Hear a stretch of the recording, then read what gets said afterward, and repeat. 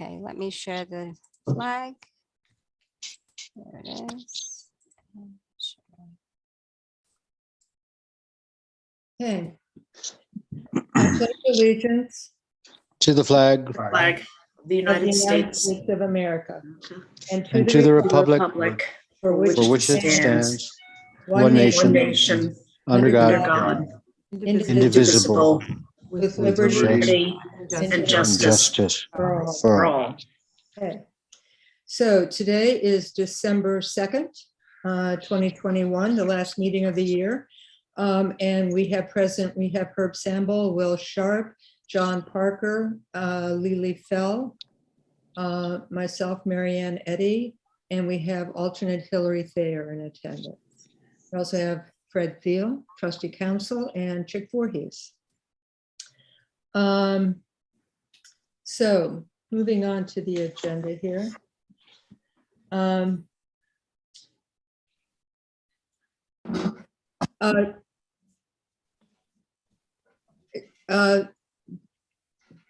Doris, I don't think I saw the minutes for November. Did everybody Right. else?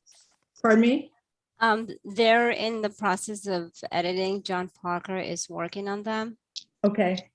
Fine, because it says here, motion to approve, and I'm like, I don't have anything to approve.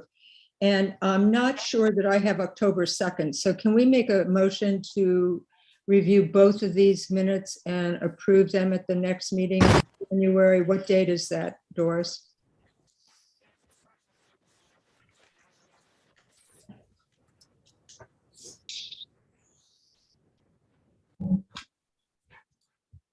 Doris? It'd be January 6th, I believe. January 6th. Can you hear me? Yes. Mhm. Okay, good. Okay.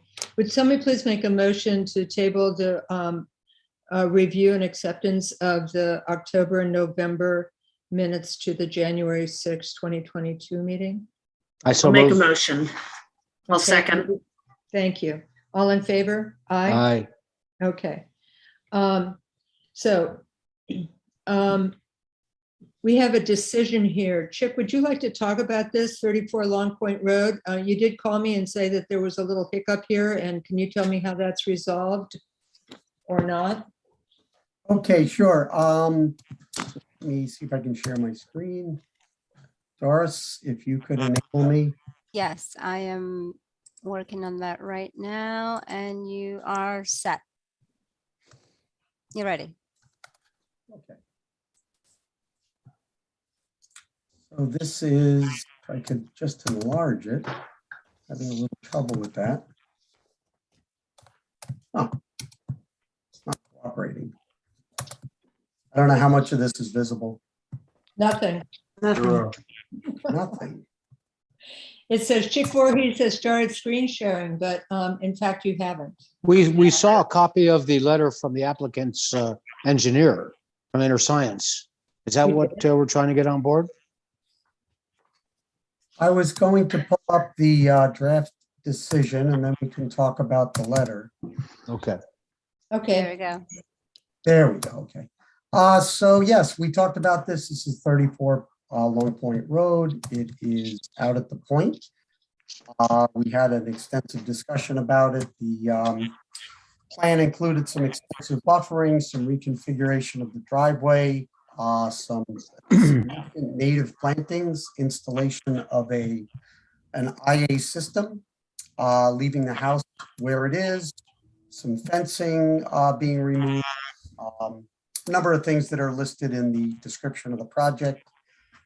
I provided the background, and this draft decision was prepared based on our discussions at the November meeting, where I was directed to prepare a permit. So it includes all of the background, the findings with respect to conformity with Chapter 285, recognizing the installation of the system. Seeker status is a type 2 action.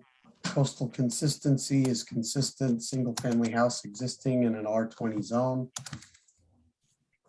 And conditions of approval, all pretty standard, conform to the plans that are identified in the next section, provide other permits, couple of items directly off the plan. some conditions with respect to protection of diamondback terrapin, recognizing the IA system.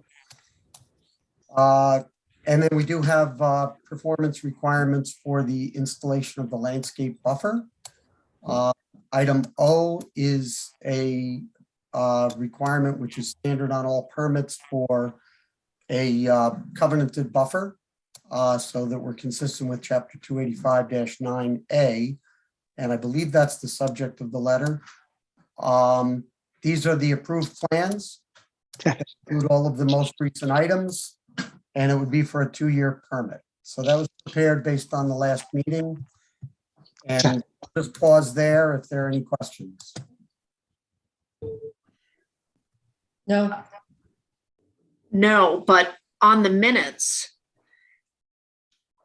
or the agenda for today, on item number 7, it says construct 2 elevated walkways made of a light penetrating deck and install gravel footpaths around the house. I think that's the original. Yeah, that's the original project description. If I know that when I checked our network, and I've been at meetings all day, there was another revision that was prepared. So I would be more than happy to make sure that the correct one is sent to Doris once the committee moves on it, and that we'll have a consistent description with the current plan that would remove that. I think this version that I have does that. It's possible it was already changed in my office. I said I just came out of meetings. So thank you for pointing that out, Lily. And also one thing about the gravel path, that there's no cement or anything placed underneath it. Is that something that should be clarified? I don't think it's needed. I'll check the plan. It's not typical to put cement or concrete under a gravel path. No, but people can put tar, so maybe we want to say pervious gravel path. Okay.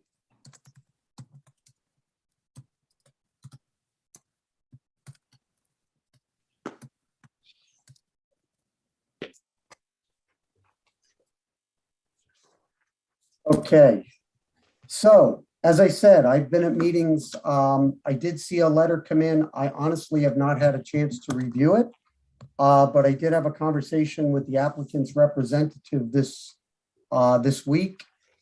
Did mention that we were set for a decision based on the November meeting, and that I prepared the standard permit, which does include that item O, which is for a covenanted buffer. And Mike had expressed some resistance on behalf of his client, that he was not sure that his client was interested in encumbering the property in that manner.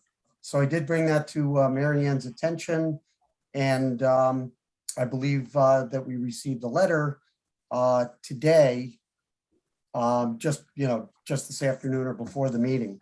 So we can certainly discuss that. I'll just turn it back over to Mary Ann to determine how to proceed with the discussion. Why don't we read the letter together? Or is the applicant here? Is somebody representing the applicant? Would they like to read it into the record so we can discuss it? Make sure we're all looking at the same Yes, thing? I can. Okay, your name and address? Sure. Michael Sciano from InterScience Research Associates on behalf of the applicant. Okay. So the letter states, it is my understanding that the Harbor Committee will be considering the wetlands permit language for 34 Long Point Road tonight. In a discussion that I had earlier this week with Chick Voorhees regarding the permit conditions, he indicated that in some instances, the Harbor Committee requires applicants to establish non-disturbance, non-fertilization buffers through the recording of covenants and restrictions. In this application for 34 Long Point Road and in the project currently underway at 28 Long Point Road, the owners have demonstrated in deeds, not words, that they are committed to improving the natural environment on and around their properties through the removal of lawn and invasive species and the replacement of such areas with native plantings. This wetlands permit application for 34 Long Point Road in particular consisted entirely of activities that would normally be considered mitigation measures on any other residential project. That is, upgrading a septic system to an IAOWTS, removing all lawn from the site, and installing several thousand square feet of native plantings. As such, I respectfully request that the Harbor Committee consider not requiring a covenanted non-disturbance, non-fertilization buffer for this specific project. While we did discuss the location of buffers on the property under existing and proposed conditions several times during the public hearing process, at no time during the 2 public hearings was it mentioned that the Village Harbor Committee would require recording covenants to establish a non-disturbance, non-fertilization buffer over areas of the property.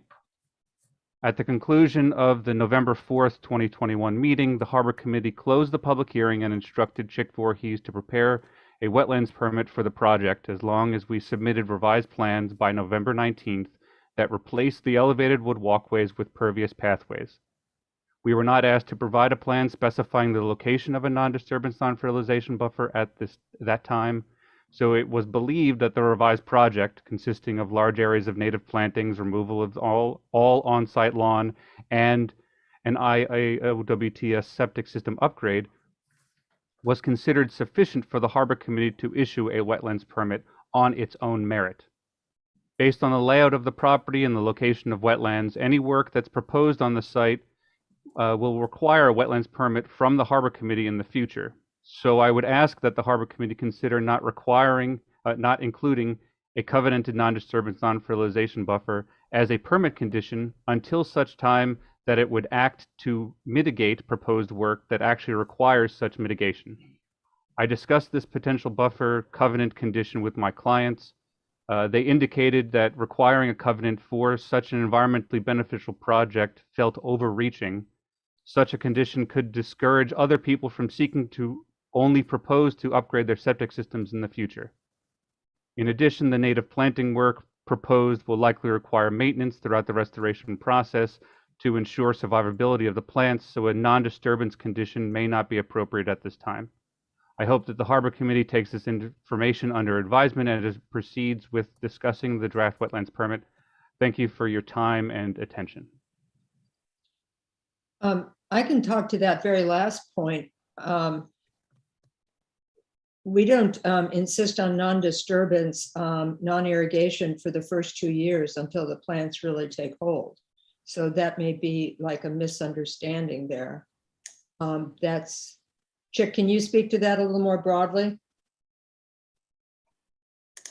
We're specifically talking about the portion of the letter will require maintenance throughout the restoration process to ensure survivability, so a non-disturbance condition may not be appropriate. I mean, we do have it already in the permit conditions. I can go to that. A qualified professional is to perform a field inspection once a year for the initial 3-year period to verify and ensure the viability of all new plants upon issuance of the CO. Building department and village consultant shall be notified at the commencement and status and completion of the work.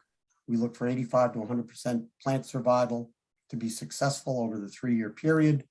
So I think we're covered. We don't specify anything about irrigation, but irrigation is typically used on a temporary established plantings. So I'm not sure I understand the question. You did a pretty good job of answering it for not understanding it. Okay, thank you. I think that there's a lot of carve-outs in this permit that so to speak to the objection that the applicant has. Chick, when's the last time you remember putting a permit out there that didn't have these this covenant language? Well, when we have restored natural buffers, we do, just as a matter of routine, include the condition to file it as a covenant. Right. That provides the most consistency with Chapter 285 9A and D in this case, because it's a variable buffer.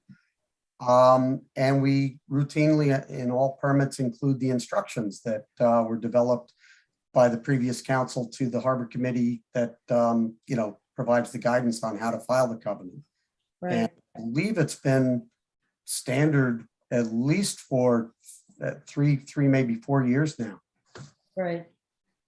So your client is not getting picked on. This is the way we normally do business. And you've been in front of us before, maybe not to the point of actually getting a permit, but it's kind of a surprise that this is a surprise. because this is the way we do business. Otherwise, people, they flip properties. I'm not saying anything about your client particularly, but we'll see things and people go, oh, we're going to grow old here. And then the next day they have the for sale sign up once they have their permits in place, especially for a pool. And we just like to know that the plans that we've approved are going to survive a change of ownership. Could I ask a question? Michael, are you concerned about fertilizing the production garden to maximize its yield? Not really. I think the more concern was just that just establishing a covenant to the deed that would essentially put conditions on a large portion of their property, and they were unaware of the fact that that a buffer would be a condition of an approval where they were already proposing things that were beneficial. So they did not think that in their eyes they feel that it is Well, we just don't go through this much work and then not have it stick. And that's kind of why we do it this way. And I don't know if we need to table this, you need to huddle with your client, but I don't really see us making an exception here. No. It's just the way we carry on. Somebody else had a comment there? No, but I'm prepared to move to table it if you're so inclined, Marianne. Let's see what Michael wants to do. So what would the Chick? I'm sorry. The size of the buffer that we would be establishing under the covenant. How would we? So we would have to provide a survey that would identify where that buffer is, and then and together with that would be a description of what the covenant would be, which I'm sure that I believe that you mentioned that there was a template for that. Did the condition identify the width of what the buffer would need to be? We used the variable width buffer on a plan that had been prepared and submitted with the application. Let me just see if I can get to that. Whatever the last permutation of the. Yeah, plan. so it's item B here. And there was a variable width buffer of 31,500 square feet with an average width of 38 feet per the approved plans, which aren't approved yet, but are listed. So that was the green area that was shown. I do recognize that it was a little bit, it was kind of curvy.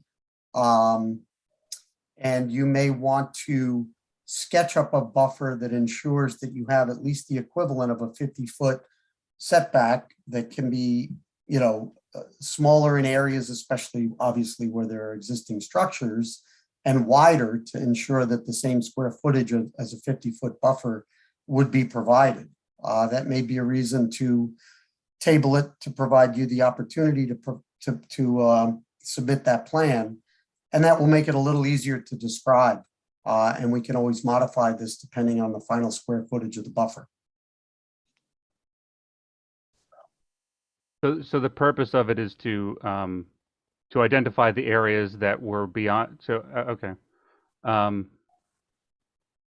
Yeah, this references 285-8 A is where the buffer is defined, and then 285-9D4A talks about if it's less than 50 foot, there's an equivalency provision. So. Mm-hmm. I think the committee was very satisfied with the plan, how it was designed. And this is just looking to comply with these conditions to provide the minimum buffer according to the code. Right. And then under 285-8E, it states that as a condition of approval, and particularly when imposing less than required setbacks, the approving authority may require covenants, easements, performance / maintenance bonds or other similar documents to assure that provisions of this chapter are adhered to. Okay. Right. So, okay. I'm not sure whether Herb followed through with making that a formal motion, but if he did, I'll second it. I think the details can be worked out. Yes, like I'm you also. said. Yes, and to John's point, I mean, I'm also open to the idea of having a vote subject to a draft covenant and restriction that Chick will be able to approve. I mean, it's a fairly straightforward thing. As Marianne said earlier, and as Chick said earlier, we do this with every applicant. I have total confidence that the applicant can come up with something that Chick can approve, and I'm open to approving it. They have made very significant concessions along the way, and I'm open to approving it subject to the applicant providing a deeded covenant and restriction for the buffer area of the site. So Chick, are you comfortable having this land in your lap? Because then you're the one who's going to have to get the drawings, et cetera, and deem that they fulfill what it is that we want. I am, but I'll just in terms of discussion, the plan that we referenced does have a 31,500 square foot buffer. I don't know if that's the equivalent of a 50-foot setback. So that Not. change, that number may change a little in the final orientation of the buffer, depending on what Mike comes up with. So I'm happy to modify that according to the code so that we're consistent. And I will just add to Herb's comments that it would also be reviewed for sufficiency by the attorney. I think you review them, right, for the Harbor Committee, not the village attorney? You know, when Denise was the attorney, she continued to look at the covenants, but that has now has fallen on me. So yeah, I mean, I approve these as to form. So, you know, Right. you look and see what's in the approval, and, you know, the covenant deals just with the issue of the buffer. You know, the other thing I would just point out is, you know, everybody else has said, but I mean, this is pretty much standard operating procedure that, you know, when there's a buffer, there's a covenant. And the reason why there's a covenant, first of all, is, as folks have mentioned, is that nobody lives forever. Right. And properties get sold. And the idea here is, number one, to provide notice so that, you know, subsequent owners of the property or purchasers, you know, that this covenant is on record. And, you know, covenants for the village are very useful as far as an enforcement tool, because then subsequent owners of the property can't claim, well, you know, there was nothing on file. We didn't, you know, Right. when we We purchased didn't the know. property, that we didn't know that there was a buffer or a covenant. So, you know, it doesn't really add any, I mean, the covenant, I mean, the buffer is the buffer. The covenant's really a tool that, you know, the village uses and the Harbor Committee uses as enforcement, you know, largely with regard to, you know, subsequent owners of the property, because covenants run with the land and are, you know, continue regardless of who owns the property. So maybe- Marianne, just, Yeah. I am comfortable if the committee gives me the latitude to make the final numerical changes in this Right. item B under the final. So, right, so I started to get a little like, you know, I mean, that's a lot of responsibility asking you to do that, because they come in with something that's 10% less than what we have now. What do you say? You know, 5%? Do you want to be in that position? Maybe it needs to come back to the committee overall.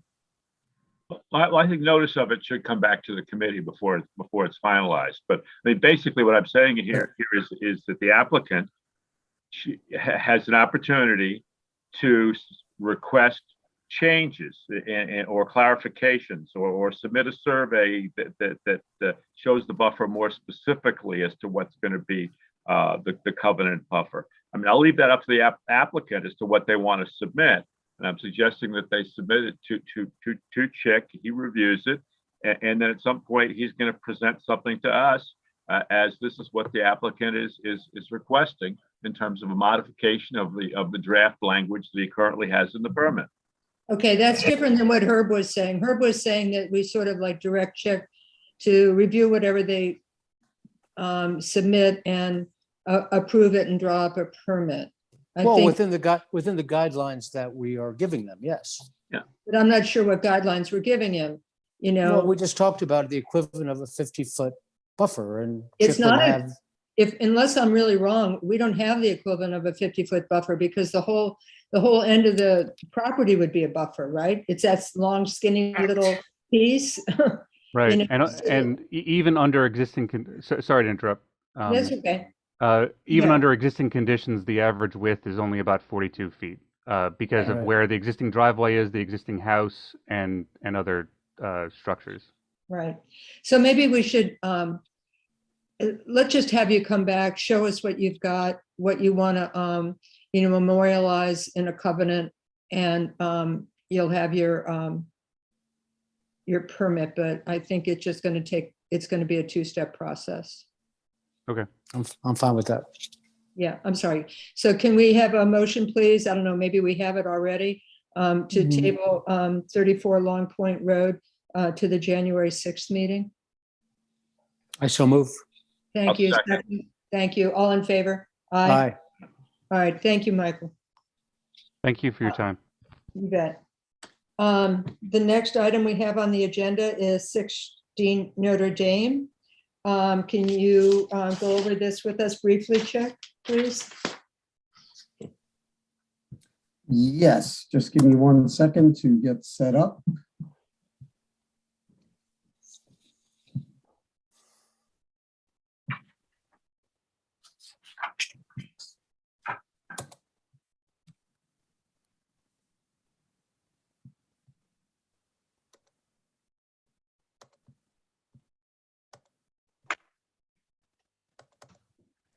So you did receive by email the permit for this one. It's a Right.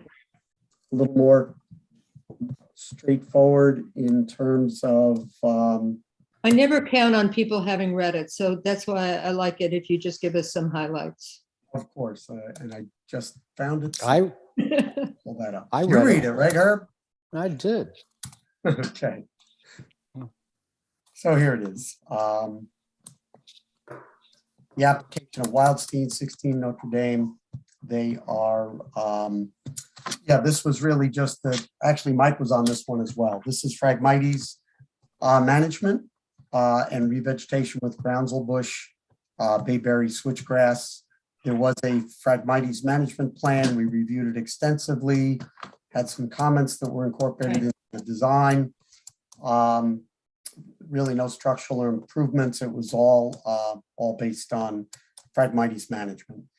Great. So identified the portions from the narrative prepared by InterScience. We provided the background, the findings determining that we are in agreement that this is a good way to manage the coastal environment, and incorporated the various points of the narrative. Conditions really are standard once again, recognizing the revegetation. Silt fence, we do add just to ensure that we don't impact existing wetlands.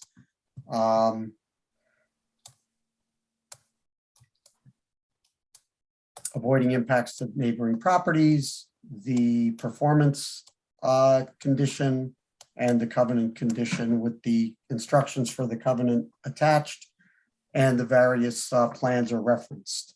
So that's before you. I was requested to prepare this at the November meeting, and you have it this evening for consideration.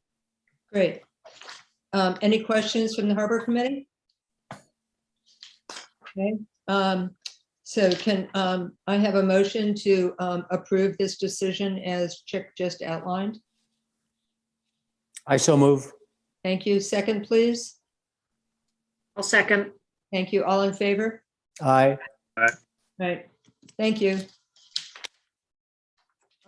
Next, we have 36 John Street, and we got notification from the representative for this applicant that they would like to table until January 6th. May I have a motion, please, to table this application until January 6th, 2022? I'll table. No, you'll make a motion. I'll make a motion. I'll chair it. And I will second. Okay, good. And all in favor? Aye. Aye.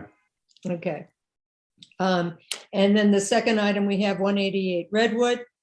They have also communicated that they would like to table this until January 6th.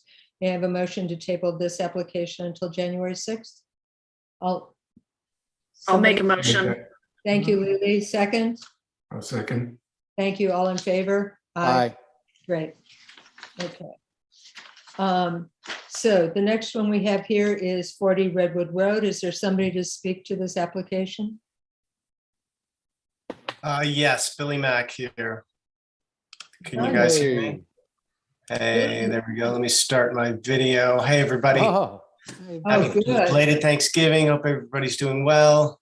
Nice to see familiar faces. It looked like you were in the Caribbean there for a while. Don't I wish? Not quite.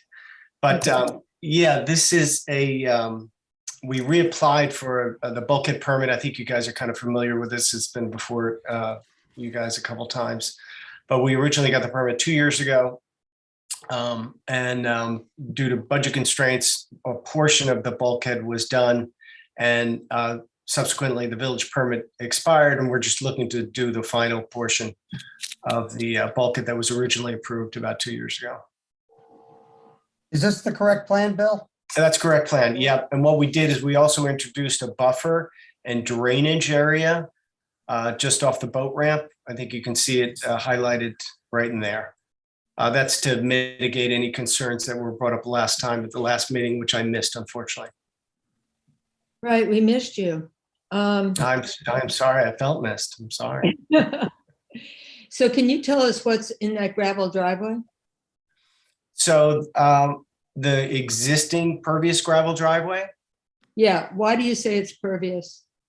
Well, it is bluestone.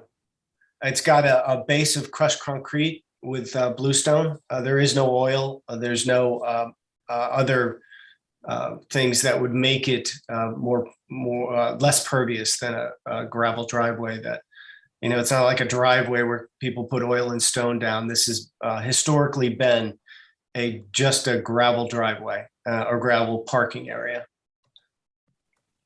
Okay, that's good. I like that. Mhm. Yeah, it is good. And, you know, the Schweiks have done a fantastic job of keeping as much of the space around the bulkhead open and unmaintained. So Billy, we have,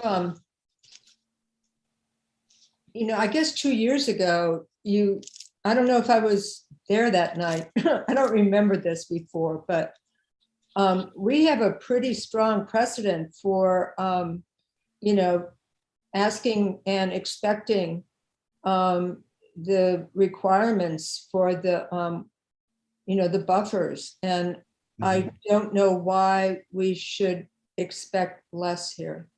You've got like what looks like a highly fertilized, irrigated, beautiful golf course green grass. And Mostly crabgrass, but yeah. oh no, you want crabgrass, you come to my yard.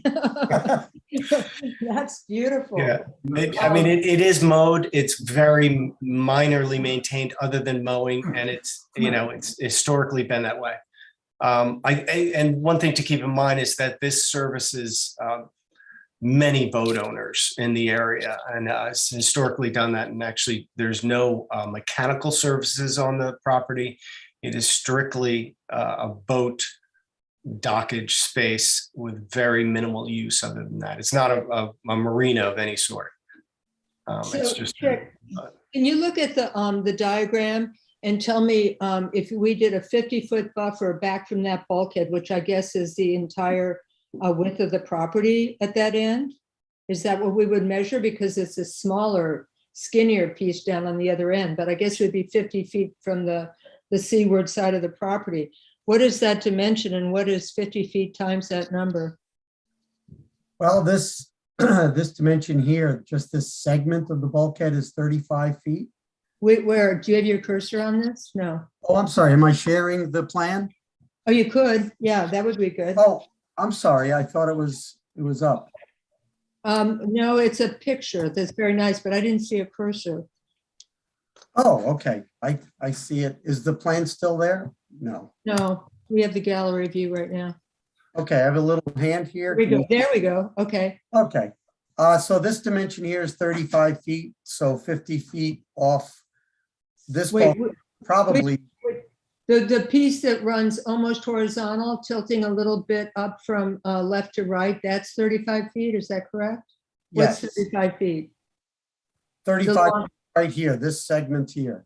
Oh, why would you be measuring that? Why, what is? Only for reference, because it's very hard to, I can't really scale a plan on a screen like this. So if you add 15 to that, it gives you an idea what 50 feet would be. And from Oh, I this see. portion of the waterway, it would probably come all the way back to here roughly. And if we included the inside of the marina, it would come back almost, beyond the edge of the gravel parking along here. Well, what I'm wondering is like, if we take whatever the width of that is, what is that width there? Not the 35 feet, but whatever, it must be like 70 feet along that end piece there that next to the Well, area. this is 65 feet to this point, and then another 39, almost 40 feet here. Where's 39, 40 feet? Right here, there's a little break, and there's an turning angle here. So it's like 104 feet. Right. So that's this frontage here. And then 35 feet is being replaced here. So in the existing, can you give a idea of how much grass is there now? Is that more or less than 5,000? So that would require a 5,000 foot, 5,200 square foot buffer, correct? 104 times 50? Yes. And how much grass is there? I don't know if you're asking Bill or me, but here's the aerial photograph. Is that now visible? Yeah, So, yeah, this area is more than that, in my estimation. But again, this is something, we would look for the applicant to show the dimensions and propose the appropriate buffer, excuse me. I can do dimensions off of this if it's helpful using the aerial photograph. But Can I ask the question of the applicant? Yeah, sure. In the this is Will. In the wintertime, are the grass is the grass area used as storage for the boats? Maybe for overflow, but limited. So where Temporary. we see the gravel, that would be pretty much occupied by wrapped boats. Yeah, exactly. And All the way out access to the- park, yeah. boats All here the way now. out to the, Yeah. There's boats here in this aerial photograph. Yeah, most of the boats are not stored, but a small portion are. And the gravel that's there is, again, it's pervious, but there's not a lot of, I've observed this, there's not a lot of runoff, or I think there's zero runoff related to that because it is allows for drainage. There's also, the applicant did take it upon themselves to create the natural buffer that's on the west side of the bulkhead where you see the little finger sections. And that was added quite some time ago. I think he did that on his own, just as a natural buffer feature. So that is planted with natural plantings and is left alone. Great. I think this is really interesting. This is a true maritime facility, and I don't know that a buffer it might not be warranted, particularly where the function of the boatyard is most critical. So if there's mitigation like along the wharf that Billy just showed, I think in spirit that might be doing what we're asking for. And all of this gravel is pervious. So I would find it difficult to force a marine related business to have to put a buffer that hindered this is a pretty small little parcel, to hinder their business by putting that buffer in. I'm not sure what that buffer would be, Marianne. Could you explain it? Well, I think somebody here could, but I don't see anything in the law that makes a carve out for either commercial or marine properties. And I think it could probably be more attractive as a buffer with plantings. And Billy brought up this great point that there's already a lot of buffer there. So not maybe a lot, but there's some buffer there. And then it goes around the house that, you know, if that whole property line along the side ended up being buffer, I mean, how is that impeding their business? At the north end, when you were asking about the 50-foot, that seems, I don't know how this yard works, but I suspect that's a critical piece of real estate right there.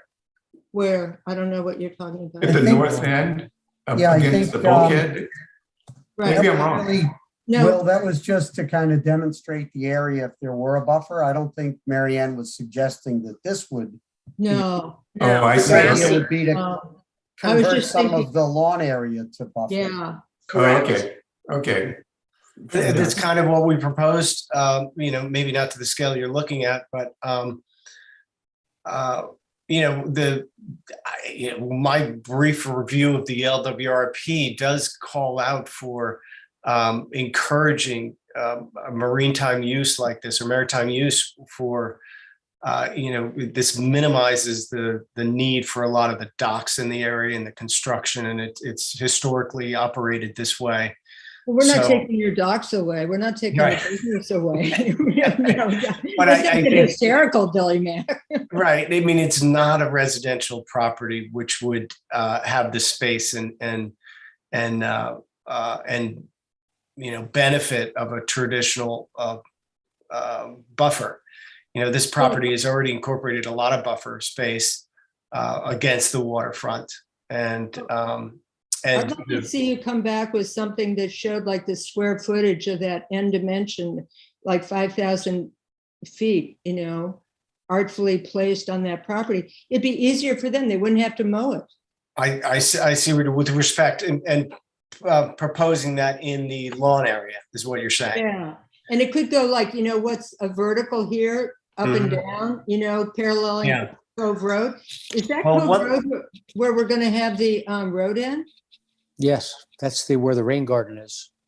Well, it'll just blend right in. Well, let For me better make, or for worse. let me make a suggestion here. I mean, let me make two points. I mean, one, this is, as I understand the application, it's just for bulkhead repair. And we have approved previously repairs without requiring expansion of a buffer or creation of a buffer. You know, under the code, because this is pre-existing, they are allowed to. It's a pre-existing cultivated area. They are allowed to continue that under the code. What I would suggest here is that because we are putting in at Cove Road Park rain gardens, that possibly they should do something that's consistent with what is at Cove Road Park, so that it would just blend across until it got to the gravel driveway area. And my real only concern here is the runoff down the ramp, and whether or not something could be done to prevent that runoff.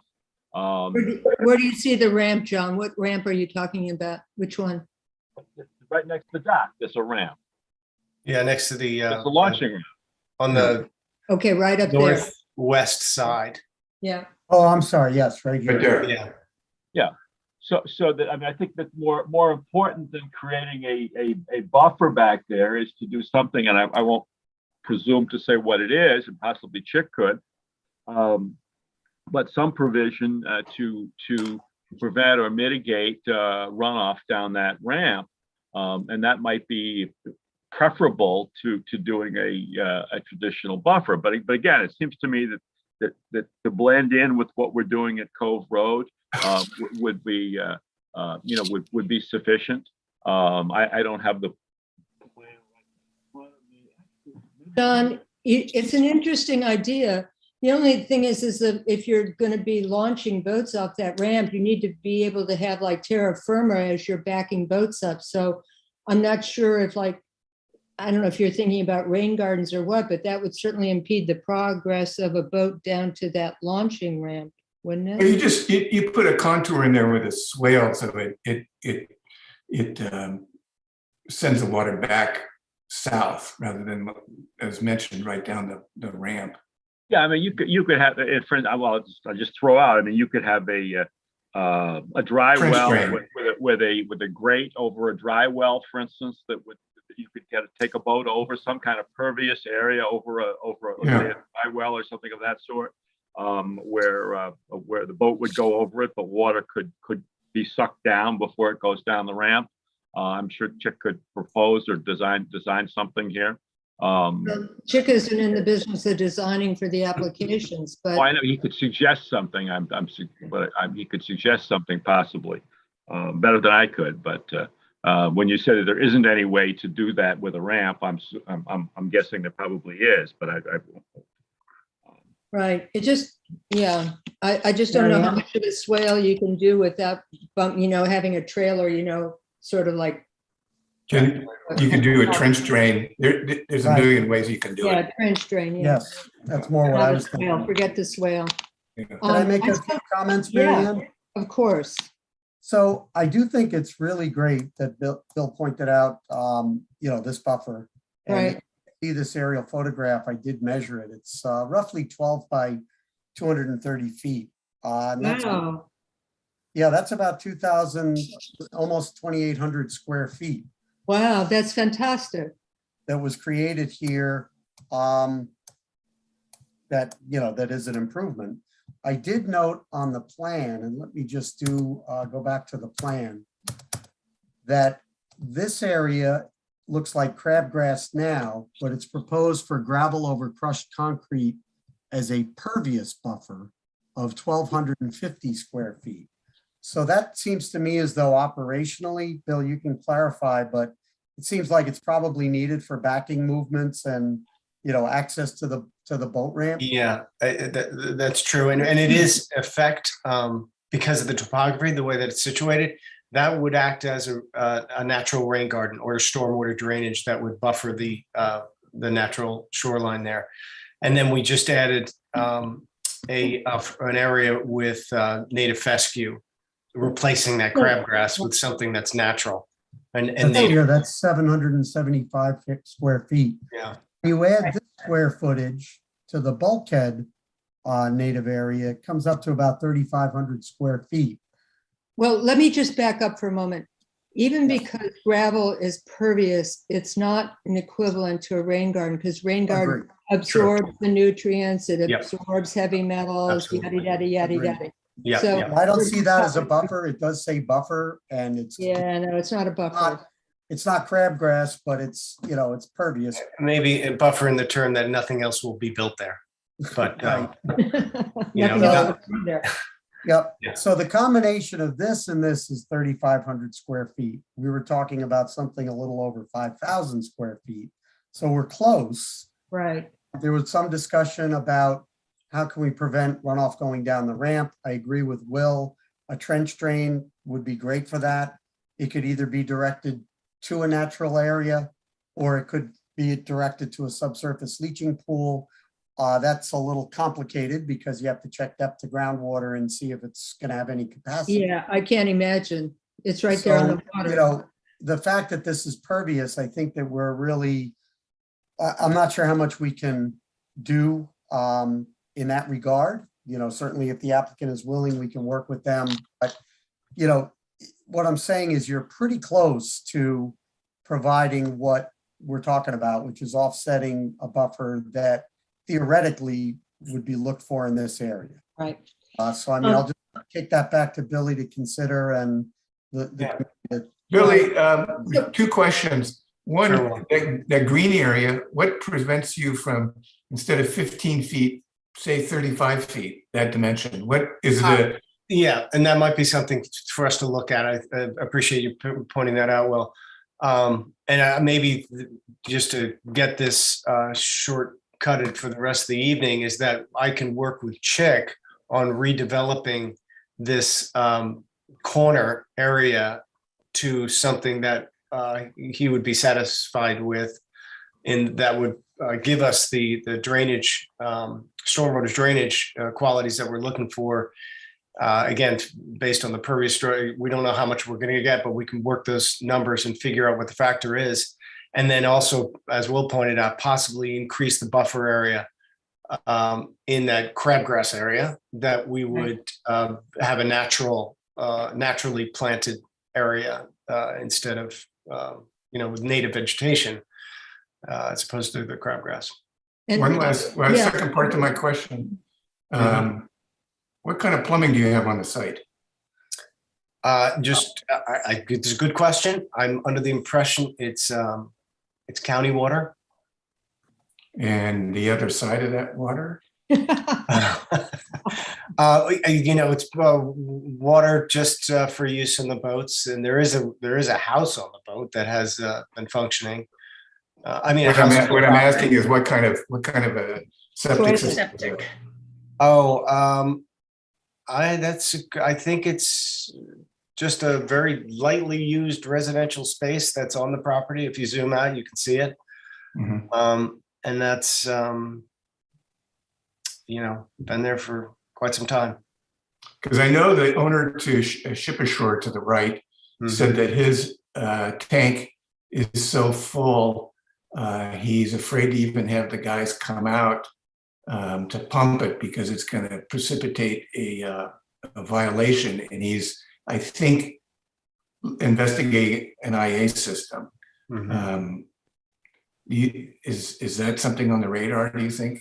The budget constraints, this is a very tightly run marina. And the fact that they split the bulkhead construction into, 2 segments over 2 years, they, in hindsight, they probably should have built everything with the original permit. We wouldn't be talking today, but I know that it's a very tightly run operation. And I think budget's a big concern. Fair enough. To clarify, that's the caretaker's house of some sort? It's the owner. Is he there year round? I think it's lightly used. I could get that clarified, but I believe that's his residence. I hope so. I'm in favor of it being there. It's just right. So, Billy, as you're looking through various possibilities and you're working with Chick, I think one thing you might want to investigate is planting along the property line that fronts on Cove Road with some native plantings, because the gravel and the pervious, it's great that it's pervious, but it's just going down into groundwater and then it's going right out into the bay, right? I mean, it's not, that's kind of what it is. So the more plantings you have, the more nitrogen you're going to absorb and more of the heavy metals and all the yada, yada, yada, yada.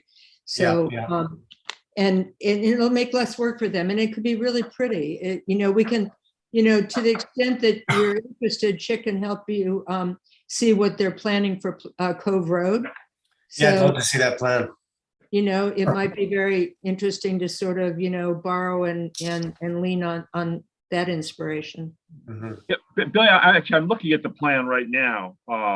And what it does is it's not detailed, but it along the fence on the Cove Road side, there's an area of it's called road filtration placed along the right of way as allowed. But if you looked at that, the suggestion would be that if you had something similar on your side of the fence, that would match up. I think this may be online on the village website. Okay. It would be Project Southampton 11 under the 2016 Water Quality Improvement Project Plan. Right, but John, I think that's gone through some changes even as of Yes. this week. So. Yeah, I can send Billy the. I'd appreciate that, Yeah. Chick. Thanks. And John, thanks for bringing that up. That actually makes sense to me. Obviously, we're adding a lot of cost to this project, and again, we're really sensitive to cost for the property owner because it's a tightly run spot.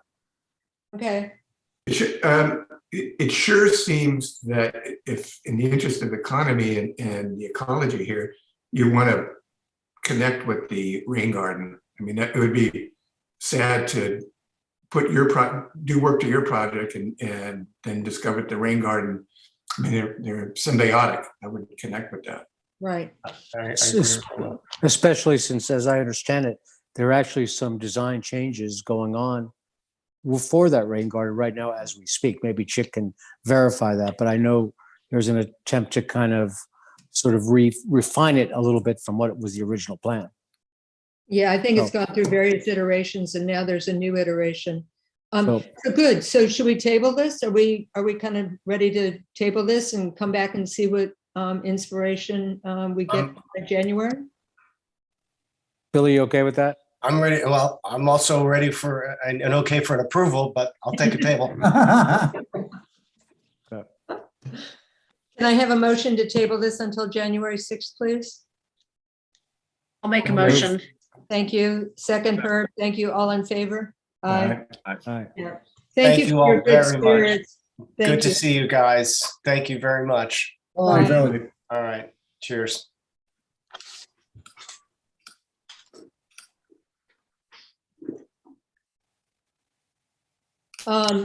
So the next item we have on the agenda is 25 Bluff Point Road.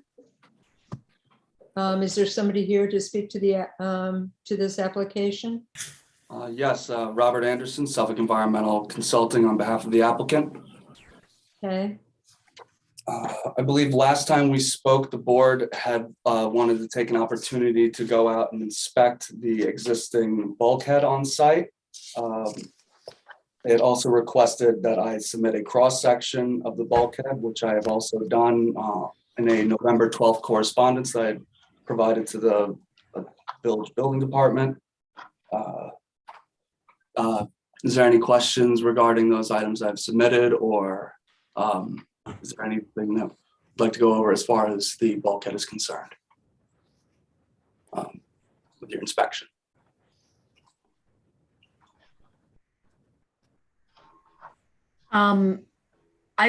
We were at the site looking at the bulkhead or the pre-existing bulkhead that's there.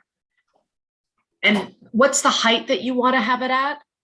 I believe it is at 6.4 feet. and am I So- reading correctly that before it was 3.4 feet above the grade? Above existing grade, that's the difference. The current top of the bulkhead is at 6.4 feet, and that's where we'd like to maintain it. Okay, I disagree. It's the current top of the bulkhead is not at 6.4 feet. I stood at it and it was about 48 inches. Well, that might be from a different datum, Lily. 6.4, I don't think the applicant is saying it's 6 foot, or maybe you are, 6'4" above grade? Is that what it Yeah, says? that's- 6.4 is the current elevation. Above No, it's grade? not. No, we Is were what just my there. survey did, too. Okay, did you have a chance to look at the cross-section that I prepared depicting some of the current conditions that are there? And the existing line of fill the proposed line of fill that we were. Right. Could Really, you this please? is the one that we went out and looked at on the water, correct? I know. Yes, it is. And then Will and I were there the other day. And I was there a month ago and it was that bulkhead or fence or whatever you want to call it was chest high on me when I was It standing was- right next to it. When we were standing there, I think we figured it was about 4 feet. Yeah. And My then, diagram might have it at 3 to 4. so may I express concerns? Of course.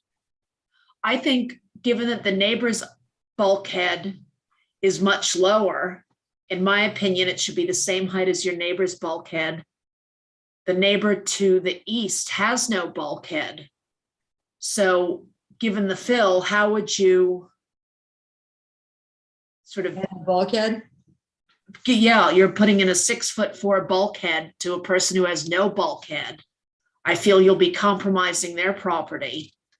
And then there's going to be an awkward way of filling it. If you're filling it, how are you going to finesse it between, or, smooth it between the two properties?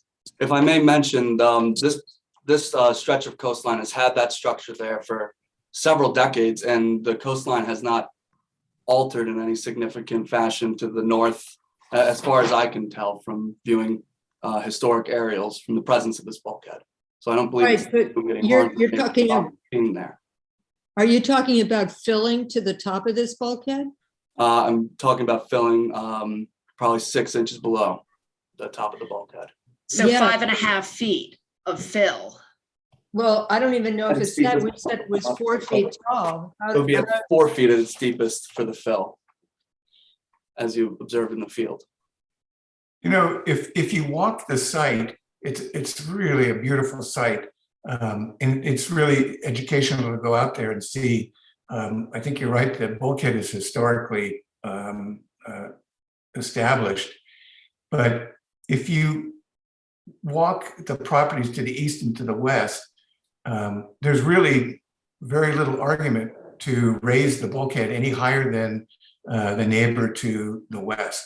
I mean, particularly because when you backfill, you're going to aggravate the contour differential between you and the property to the east. Thank you. Well put. So Yes. it seems to me that if in fact you want to, and actually on the site, there seems to be opportunity to step back incrementally, like both properties, adjacent properties.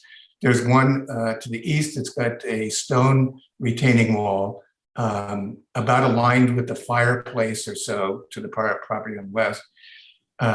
It just seems like you can accomplish everything you're after with a lower bulkhead and have a greater relationship to the water, which is exactly what you're trying to do there.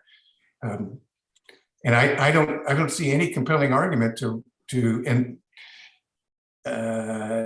you're not going to raise your house by putting that backfill there. I think that there's concern, correct me if I'm wrong, about how much fill you bring onto a site, whether it's, why do you do that? And finally, can you talk to us a little bit about your tree program? Sure. As far as you are referring to the planting plan, correct? Or the native vegetation inventory that I submitted? I did have a couple of. I don't see any. Do you have a landscape plan you can present? I had submitted a revegetation plan to the board. If you'll excuse me, I just need to get the last. It should be on the screen. Yeah. So what about that cedar tree on the corner there? Are you going to keep that? Well, if we can, we will most likely try to. Whatever structural components we need to replace that are landward of the existing bulkhead, we're going to have to. If there's a way that we can save it, we would most likely make all efforts to do so. Having to bring in more plant material as to what's already theirs. In my opinion, if you add all that fill, you're going to lose the tree because you're going to bury the tree. You'll bury the stem of it. And I think that's a mighty nice tree. I think it should stay there. I think it would be a sin to chop it down and revegetate with small, I appreciate the revegetation, but there's a lot of disturbance to that property. I understand. We are trying to build a house on this property, so there's going to be. I object to that cedar getting chopped down. It doesn't seem that there's a need to backfill as high as you're asking? Well, if, as you were mentioning, the bulkhead to the west or the, Yep. you would like us to match the height of that bulkhead, I think that's something that would be more than agreeable. And that way we can also make an effort to reduce the amount of backfill behind there. And guess what? You might be able to save the tree as well. I would love it. So it's a beautiful site. I think that you need to be a little more specific about your tree program, because if that place gets clear cut in the interest of facilitating machinery, et cetera, you're going to irritate a lot of people in the community. So I would just think that, I know views are sacrosanct and that tree is right in the view corridor, but God and Darwin might be arguing with you right now. Right. Also the issue that I think Lily brought up, I thought we went and we looked at this property from the water. I walked the property and then we went and looked at it on the water. And with binocs, I thought both properties to the east and west both had fences, AKA bulkheads there. But now hearing that in fact isn't true. The property to the west doesn't have one. So can you tell me what the terminus is as your bulkhead comes over there and meets that property to the west? What does that look like? Marianne, I think that white area right there, that's the property to the west that has the bulkhead. Okay. I can send you a photo of that right now. It's exactly aligned with that. The only difference is it's higher by a couple of feet. It's the one to the east where there's a return, because the return on the bulkhead is necessary just because of the complexity of the contour. I just think he can accomplish everything he wants by going down probably 2 feet. So I'm sorry, I had east and west back confused. So Yeah. it's the property to the east that doesn't have a bulkhead? Right. Correct. So the bulkhead that's there on this property has that return that I'm looking at? Is that what I'm seeing there? It's a return Yeah. of Yeah. 4 or 5 feet? Yeah. Yes. More than that, but yes, right here. Okay, so is the idea then that that's going to winnow right down to the level of the fill? That would be the idea. Okay, thank you. Which brings up an issue of code. If you kept it at your requested height, you'd have to put a handrail there because somebody would walk off the edge.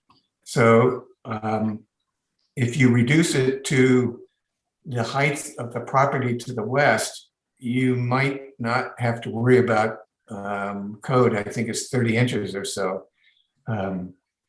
So that, if we gave you the permission to build it at the height you're requiring, you'd have the building inspector out there asking you to put in a handrail of some sort, which would not be a pretty thing. I understand. Are you amenable to lowering the bulkhead to the height of your adjacent neighbor? I believe so, but I will have to confirm with my client. And that it would be level the entire way. It wouldn't go up at grade. It wouldn't go up. We maintain the same elevation of bulkhead as the one to the west, Yeah. correct? Yeah. I Well- think I'd be more than happy to talk to my client about that. I think Right. it's an agreeable option. So Will, is your sense that the property to the east is higher or is it the same grade as the property to the west? We put in a bulkhead that goes, I think the property to the east probably, if you shaved all the trees, it grades down to the property to the west in diagonally in a convoluted way. But there are, great 5-foot contours might help. So that red, right. So that's a high spot, and then just to the water side of that swimming pool, there's an old stone retaining wall, which is actually quite beautiful. oh, this is great. Look at The this. grade is all about the same in that area. Yeah. But Okay, it's Between the got, yeah, properties, it's, the 5 foot. yeah. all right. That was helpful. And I Yeah. have to say, you can see the scouring of the property there to the east. A little bit here. Well, If no, you I were- mean, If you were to look at the, historic photos, the shoreline has been maintained in the same shape. It has not receded any significant amount. okay, Go back to look at some of the older aerials. Yeah. Yeah. So but- does, when I was there, maybe it was low tide, but it really seemed like the water never really hit that bulkhead. Does the high tide, does that's- it actually hit the bulkhead? Mean high water is approximately, excuse me, I'm missing my scale. you can see it. Well, maybe it's a high tide, the photograph, but you can see some erosion on that eastern property from the 2001. I'm sure, Mary Ann, at some tides it hits the bulkhead. Some tides, like 3 times a year or something? Well, yeah. Maybe in a nor'easter event, sure. Yeah. So that's actually maybe good. I mean, then we're not going to have scouring from wave action on a daily basis, correct? Correct. Well, it's, you never know, but Yeah. it's been there that way. It looks like it's pretty stable right there. From what we can tell historically, yes. Mhm. Okay. So have we given you some thoughts to go back to your client with and come back to us with some variation on this theme? Yes, absolutely. Is there any questions as far as some of the upland improvements are concerned? I would say that you, first of all, you want to plot that cedar tree very accurately. Okay. And then when you do your section of the structure of your bulkhead, we can see where that is. And then I guess we can't say anything else about trees, or can we? Why not? Absolutely should. Well, I know putting a house on a site necessitates a lot of, alteration. See what you can do. Really work with it. As far as preserving existing, augmenting, extra. Well, certainly that cedar tree and anything else that you can, and then a planting plan that, okay, so. So the planting plan that I have submitted is not sufficient as far as volume, selection. I just want to have an idea of what I need to improve on as far as that's concerned. Let's see the planting plan again. Yeah, that's kind of scary. Yeah, we need a lot more detail on that. And There we should need, be a detailed drawing available too as well, as far as counting sizes, spacing. I yeah, think we Yeah, here discussed you it. don't, yeah, here you've eradicated the cedar, so. Yeah. And also, rugosas are not native. Right. We do. I also submitted an updated plan that did not have roses. I believe that I had submitted something with low bush blueberry was the most recent planting plan that I had submitted, which is native. This is an older one. I'm sorry.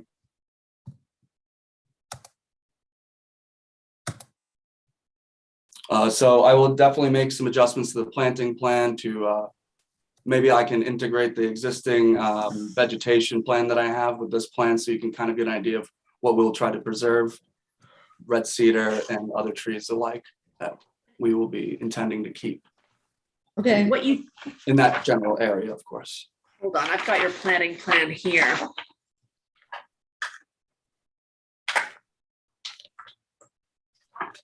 So Chick, does this meet setbacks? I'm looking here, like the swimming pool and all this other Yeah, stuff.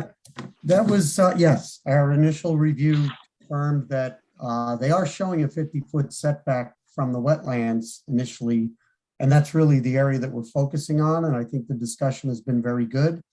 I did go to the site last week, and I would really look to minimize disturbance as much as possible.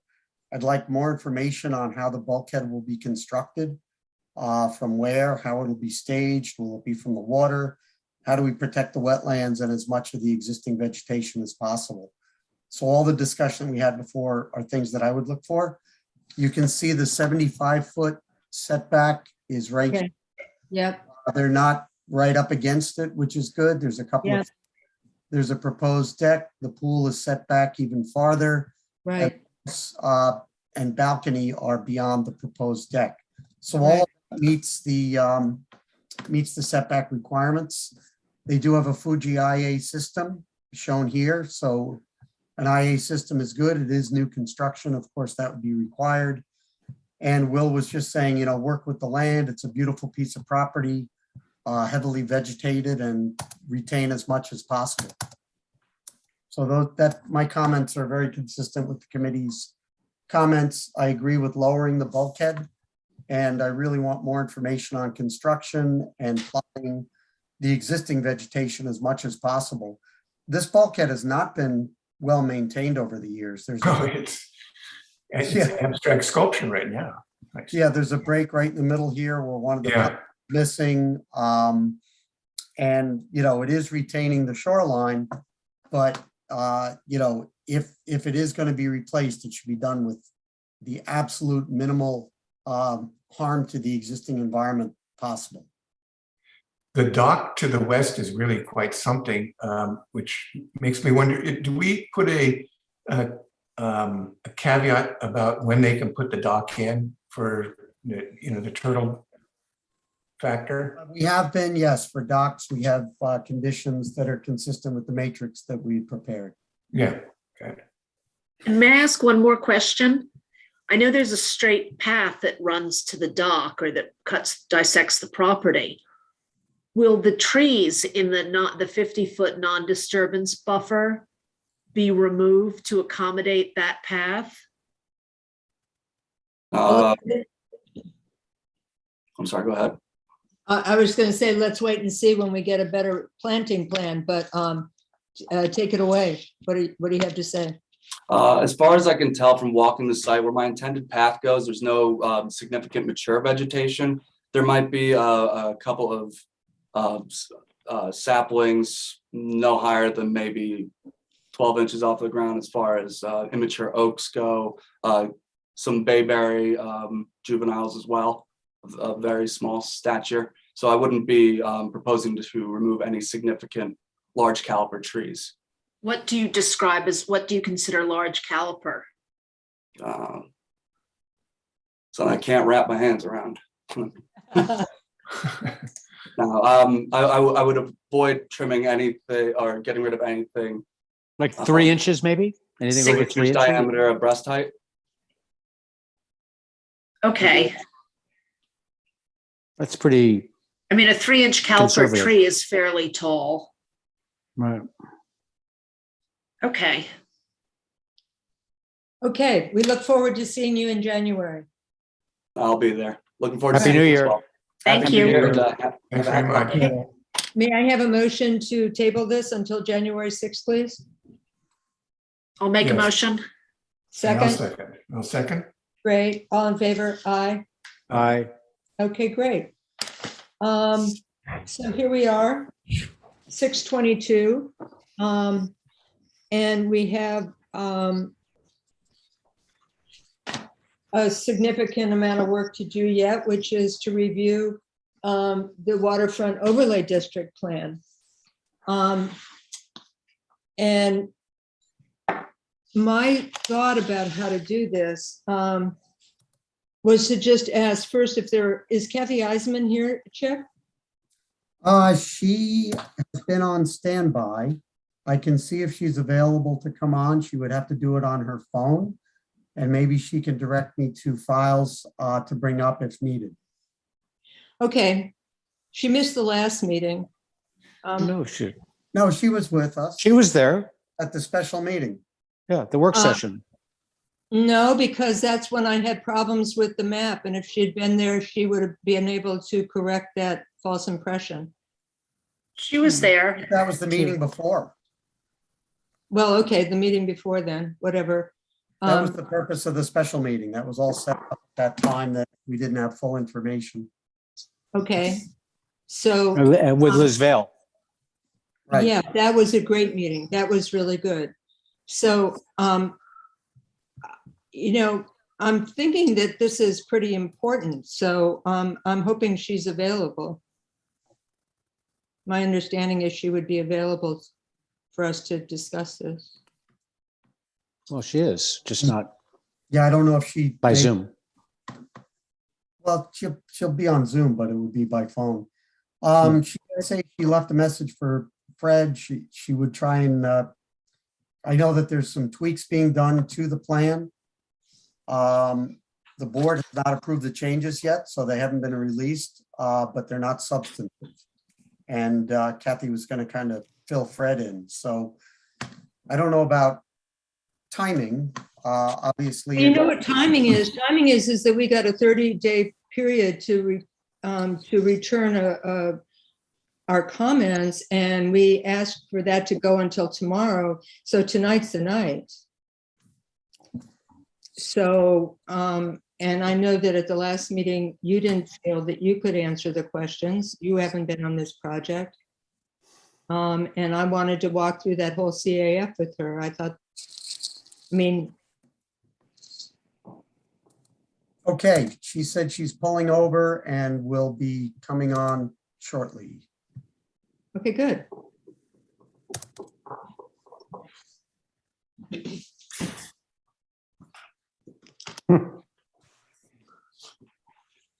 Those are some real answers right there.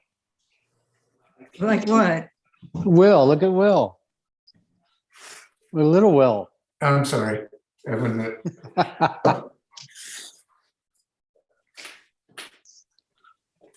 That's what counts, Will. That's the real stuff right there.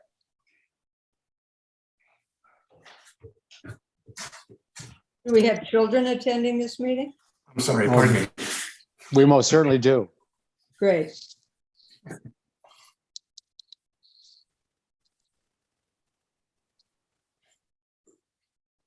And sleeping dogs. Right. Thank God. You know what they say, let sleeping dogs lie. So, committee members, what I have here is I have the LWRP consistency review checklist. Okay. And I have like one general question that I'd like to ask her, and then I'd like to work through this. And then I have like some comments about it, and maybe some of you all do too. I know that people are hoping not to let this go on too long, but I think if we, you know, ask the right questions and get our thoughts together, that we can do this fairly quickly. But Can we say 7:30, Mary Ann? Can we give ourselves an hour to do No. this? Well, I'd like to say that, but what happens? I mean, I think we have to make this happen tonight. And I think it's important. And I don't think it's a matter that we have to like just, you know, hustle to a finish. I was hoping we'd be finished before that, but I I don't think an hour is hustling through really, but Well, let's you're see. determined. Well, do you have questions? I don't know. Maybe everybody's like, yeah, slam Well, I dunk. do. I have one question. We can get started. I don't think I need Okay, Catherine here. okay. I mean, just to lead off, I mean, part of the conversation we had at the last work session was that if I understood things correctly, Fred had agreed that there would be some benefit in having some clarifying language in the amendment, in the final version of the amendment, which basically would restate, for the purposes of clarification, that though there might be a referral to the Harbor Committee or to the Planning Board by the trustees, especially in the case of a special use permit or a special exemption use, if that's the right terminology, that even though that might happen, that the Harbor Committee jurisdiction with respect to our setbacks and so forth would still apply. And I just wondered if. And it's my understanding, and I apologize, Kathy had called, I guess, while during the meeting, and I didn't see her Hi. message. Hi, but Kathy. I just listened to it after hearing from Chick. And that language is going to be included in the draft, so in the final draft. That's correct. That's correct. Okay, good. Okay, so I have, Kathy, what we're going to do, what I'd like to do here is. Thank you, first of all, Kathy, for coming on. We're Yes.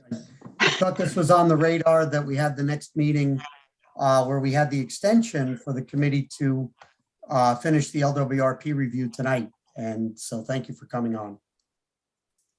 No problem. And Thank you. I'm happy to be here.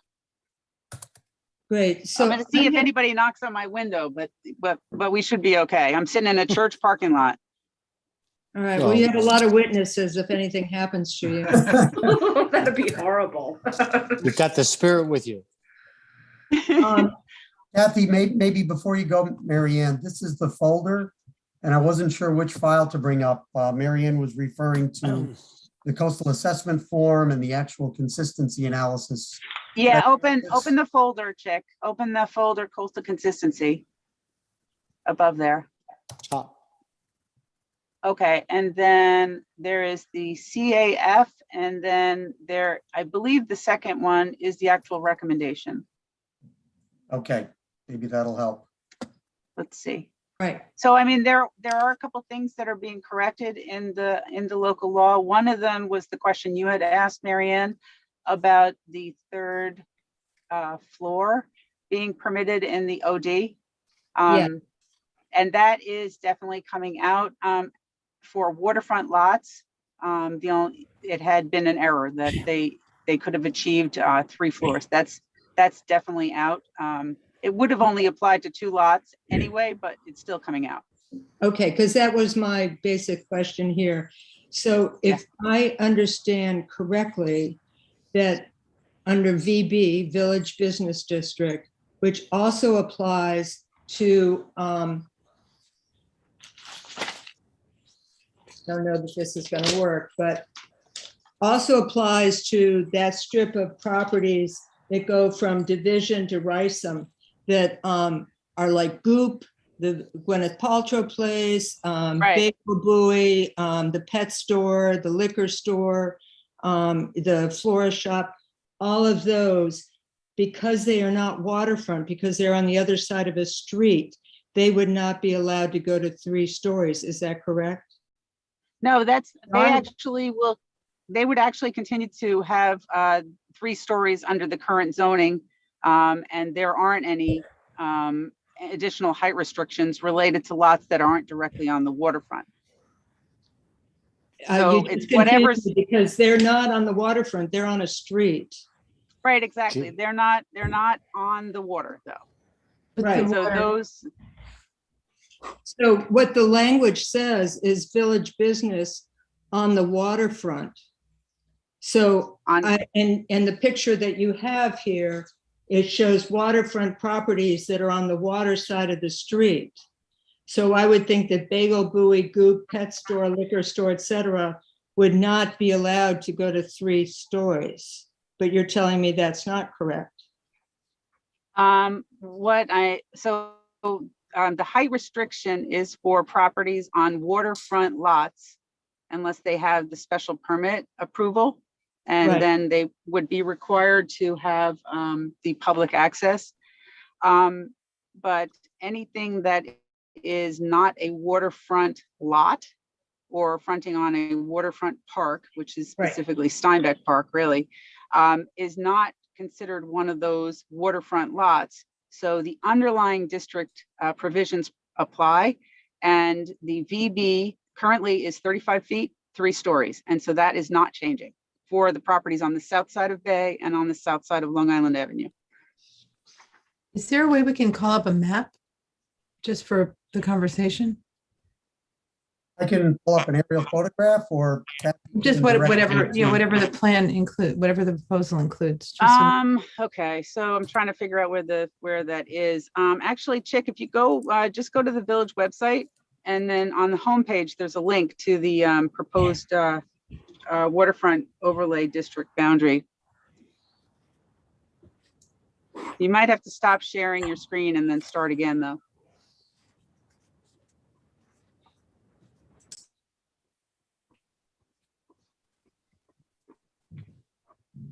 Well, we're not talking about that property. We're talking about waterfront property. So what's the issue here? Well, the issue is whether or not, the way I read it in some of the summary documents that I was given, is that village business waterfront, which would not include properties across the road, could go to this 3,500 square feet and could, you know, by special exception of the village board, and they could have 3 stories. Okay, so yeah, they can now already. And that's under the current zoning, so that's not changing. So I Okay, guess what, I mean, if we can basically focus on what is proposed, and is that consistent? To me, that would be the most, the easiest way to move forward. I Okay. mean, if you have comments on the. okay, I have comments, okay, so, one, I'm grateful for all the time that you have spent. You're a paid person, but it's still a work of, you know, probably incredible tedium at sometimes. And this isn't just the first time. We did it once before, and now we're doing it again. I'm grateful for some of the changes in this new iteration. I like the fact that it's expanded from east to west, Cor Maria, and then it's going off to the west as well. But there's some things that I'm really sorry aren't in this version. And I think that that's where I have some hiccups with the LWRP. Things that, you know, probably aren't even seen as major issues, but I think they are from an LWRP point of view. And those provisions, there's 4 of them. And one of them was that, like we have in the Harbor Committee, we have like some restrictions on the maximum amount of impervious area. And that was in one iteration of this plan, and it's gone now. So you could have 100% impervious on a lot. And I think that's a problem. The second thing that I think is I mourn in terms of loss here of what was there before is the setbacks. And there were setbacks on the street side, which was 10 feet. And that was 5 feet of a setback. And then it was a 5-foot corridor that allowed for tree planting, which were like 6-inch trees at 30-foot intervals. And I thought that was terrific. And I think there's a lot of things in the LWRP that support that kind of a plan. I think that this is a small issue, but one of the things that we've lost between the first iteration and now this one is bike parking. I mean, isn't that pretty easy? I mean, and it's what? It was 2 spaces per 2,000 square feet within 25 feet of a main entrance. I mean, I think that that's something that belongs in this plan. What And did then it go last- to, Marianne? Huh? What did it go to? If it nothing. was that, to nothing, okay. It's gone. And then the other thing, and you've probably heard me talk about this, is that right now there's a restriction on how much mechanical equipment you can have on a roof, and it's limited to 20% of the roof surface area, which means no solar. So Hello? actually, you'll be pleased to hear that that actually has been added to the modified language. Okay, good. So I went through, these are the things that when I looked at the changes that I felt were issues. And I went and I looked through the LWRP, and I looked to see where the LWRP spoke to these issues. And because it's more than my personal taste, I think. But if you take a look at the setbacks and the pervious area restrictions, there's numerous ones. There's policy 4.6, which talks about sea level rise and flooding, setbacks. That's, you know, and it talks about the siting and design of projects involving substantial public outlays. The East Hampton CPF is spending hundreds of thousands of dollars putting permeable pavers on Bay Street. And what are we doing? We are putting together a policy here where they can put a building right up to the edge of the curb, no setback, right up to the curb, right? All this setback would be what permeable pavers would do, should do, could do, right? So I think that that's a really good reason to have these setbacks. not just with the trees, but just have setbacks so that rain can come down and then there can be native plantings. Open space, green space. This is mentioned in policy 1.0, 1.1, 1.2, 1.3, and 1.5B, specifically talking about open space and green space. Policy 6.1B talks about maintaining and enhancing open space and the addition of trees. 6.13 talks about retaining and adding indigenous plants. So I think these are all things that firmly support having these setbacks that were in a previous vision of this waterfront overlay district that has disappeared. And I think wait, Marianne, can I just interrupt 1 second? Because actually, when we were looking at the coverage in the prior version, the actual lot coverage was actually higher than is in the current code. Right now, in the Village Business District, you can only have 70%. And I believe that the code prior, and I don't have it in front of me, I think it was up to 80%. So it actually is consistent with the current code, which is 70% coverage. So there are no changes, but it actually is maintaining something that is lower than what was proposed previously. Okay, so let's, we can get into that and I'll look at that and see, but my reading of it was that that pervious pavement maximum was gone. So maybe that's, you know, I'm not a lawyer, so. It's just that it didn't specifically address the impervious pervious pavers, but the total lot coverage actually was higher under the prior code. And this is, we're maintaining it at 70% for village business. And if you look in the, there's a table in the code, table 2, I believe it is, in zoning code that has those dimensional regulations. And Okay, those will continue to apply. Okay, so I think there's a difference between lot coverage and pervious and impervious coverage. Well, it says 70%, and then it tells you what you could do with the other 30%. So that would be the question. What can you do with that 30%? Right. And I do think that having, like, I think we've all walked east on Bay Street and Bagel Buoy is right there next to our shoulders. And do we want to see that continue all the way down to Rysam, where the buildings can come right up to the edge? I don't. And that's why I think we need a strong case here for these setbacks. You know what it's like? It's like being in Manhattan. You've got a building right there. You're looking right into that building. So I have a problem with that. And then 6.1 talks about retaining and adding indigenous plants. I don't know. I mean, maybe that's going to be on some buffers, but I think that especially on Bay Street, which is really kind of where I'm focusing a lot, I think that we need those setbacks where we can, you know, fulfill what the LWRP is telling us about the addition of indigenous plants. We talk about policy number 5.0 is talking about runoff. I mean, this is the whole thing. Without those setbacks, it just laughs at what we're doing with East Hampton CPF. And we're creating all these pavers so that we can absorb water in the street. But why aren't we having a setback where we can actually have the water also fall into like plantings? You know, that to me just, it's a little upside down and backwards. So what you're saying is that even though there's a 70% maximum on a lot, it doesn't address the streetscape. And so they could put it right up abutting the property line on the street, and then the other 30% buffer would be towards the water. Well, and that would be like a screw you to the. Right. Correct.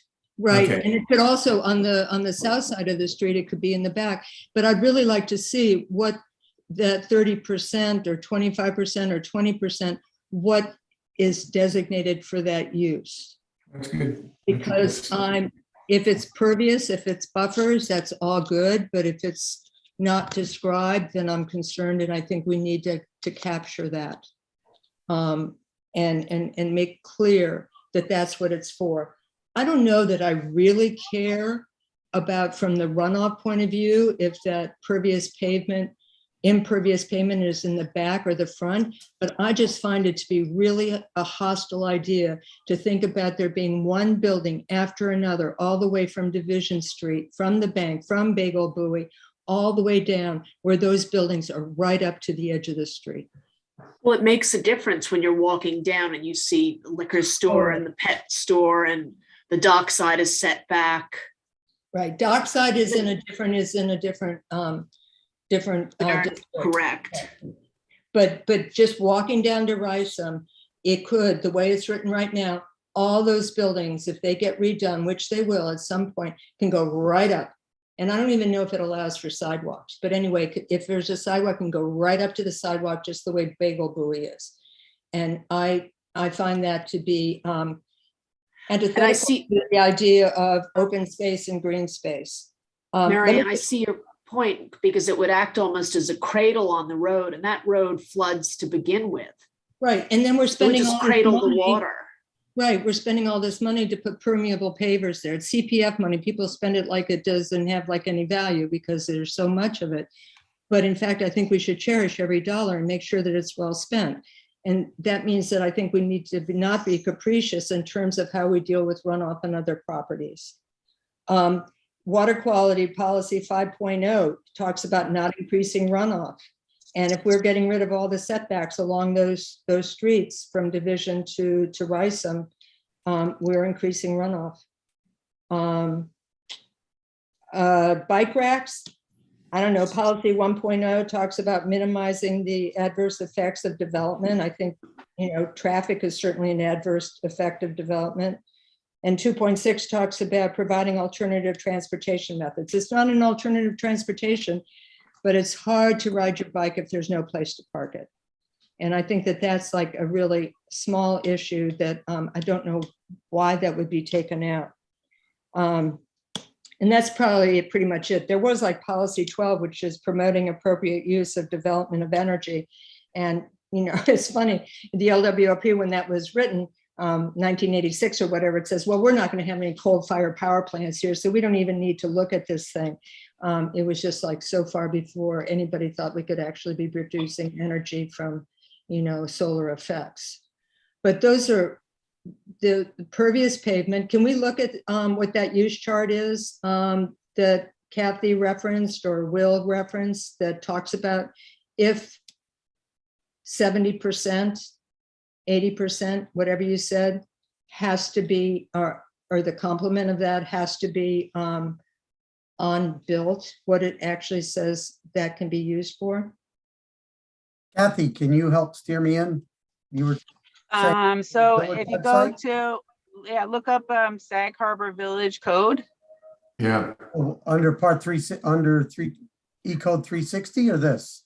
Yeah, it's on the village website, but there's a link to it, but it is E-code, on E-code. And then you would go to chapter 300 zoning, and then there's a series of tables. It's, I believe, table 2 is the business bulk regulations.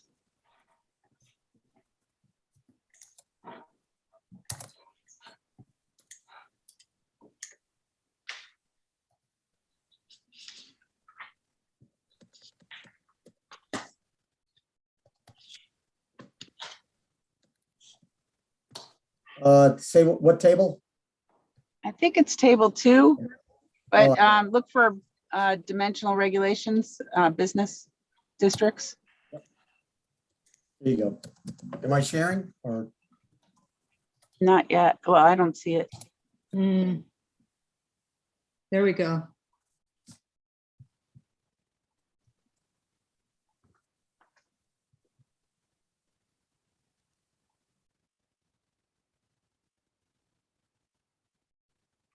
I'm going to scroll down. No, I think this is it right here. So building coverage max and then total lot coverage. So, And then on the next page, there is, has the minimum landscape. Natural or fertilized vegetation. Yeah. I'm not seeing that. Where is that? I Right see here. gross floor. This gross- last line in the table. Waterfront 30%. We're talking about VB and OD is 30%. VB is 20. In the VB, right? OD is 30 and waterfront is 30. All right. All right, well, that's good news. And that survives any changes that come through with the Waterley Overlay District. So Yes. I think then that sort of does away with the, the pervious issue. But it doesn't really do away with the setback issue. And were you part of conversations or about why the setbacks were taken away? I'm trying to remember what the setbacks are that they have. The setback said that there would be a 10-foot setback, and the first 5 feet, there would be 5 feet, and then there would be a corridor where there would be trees planted.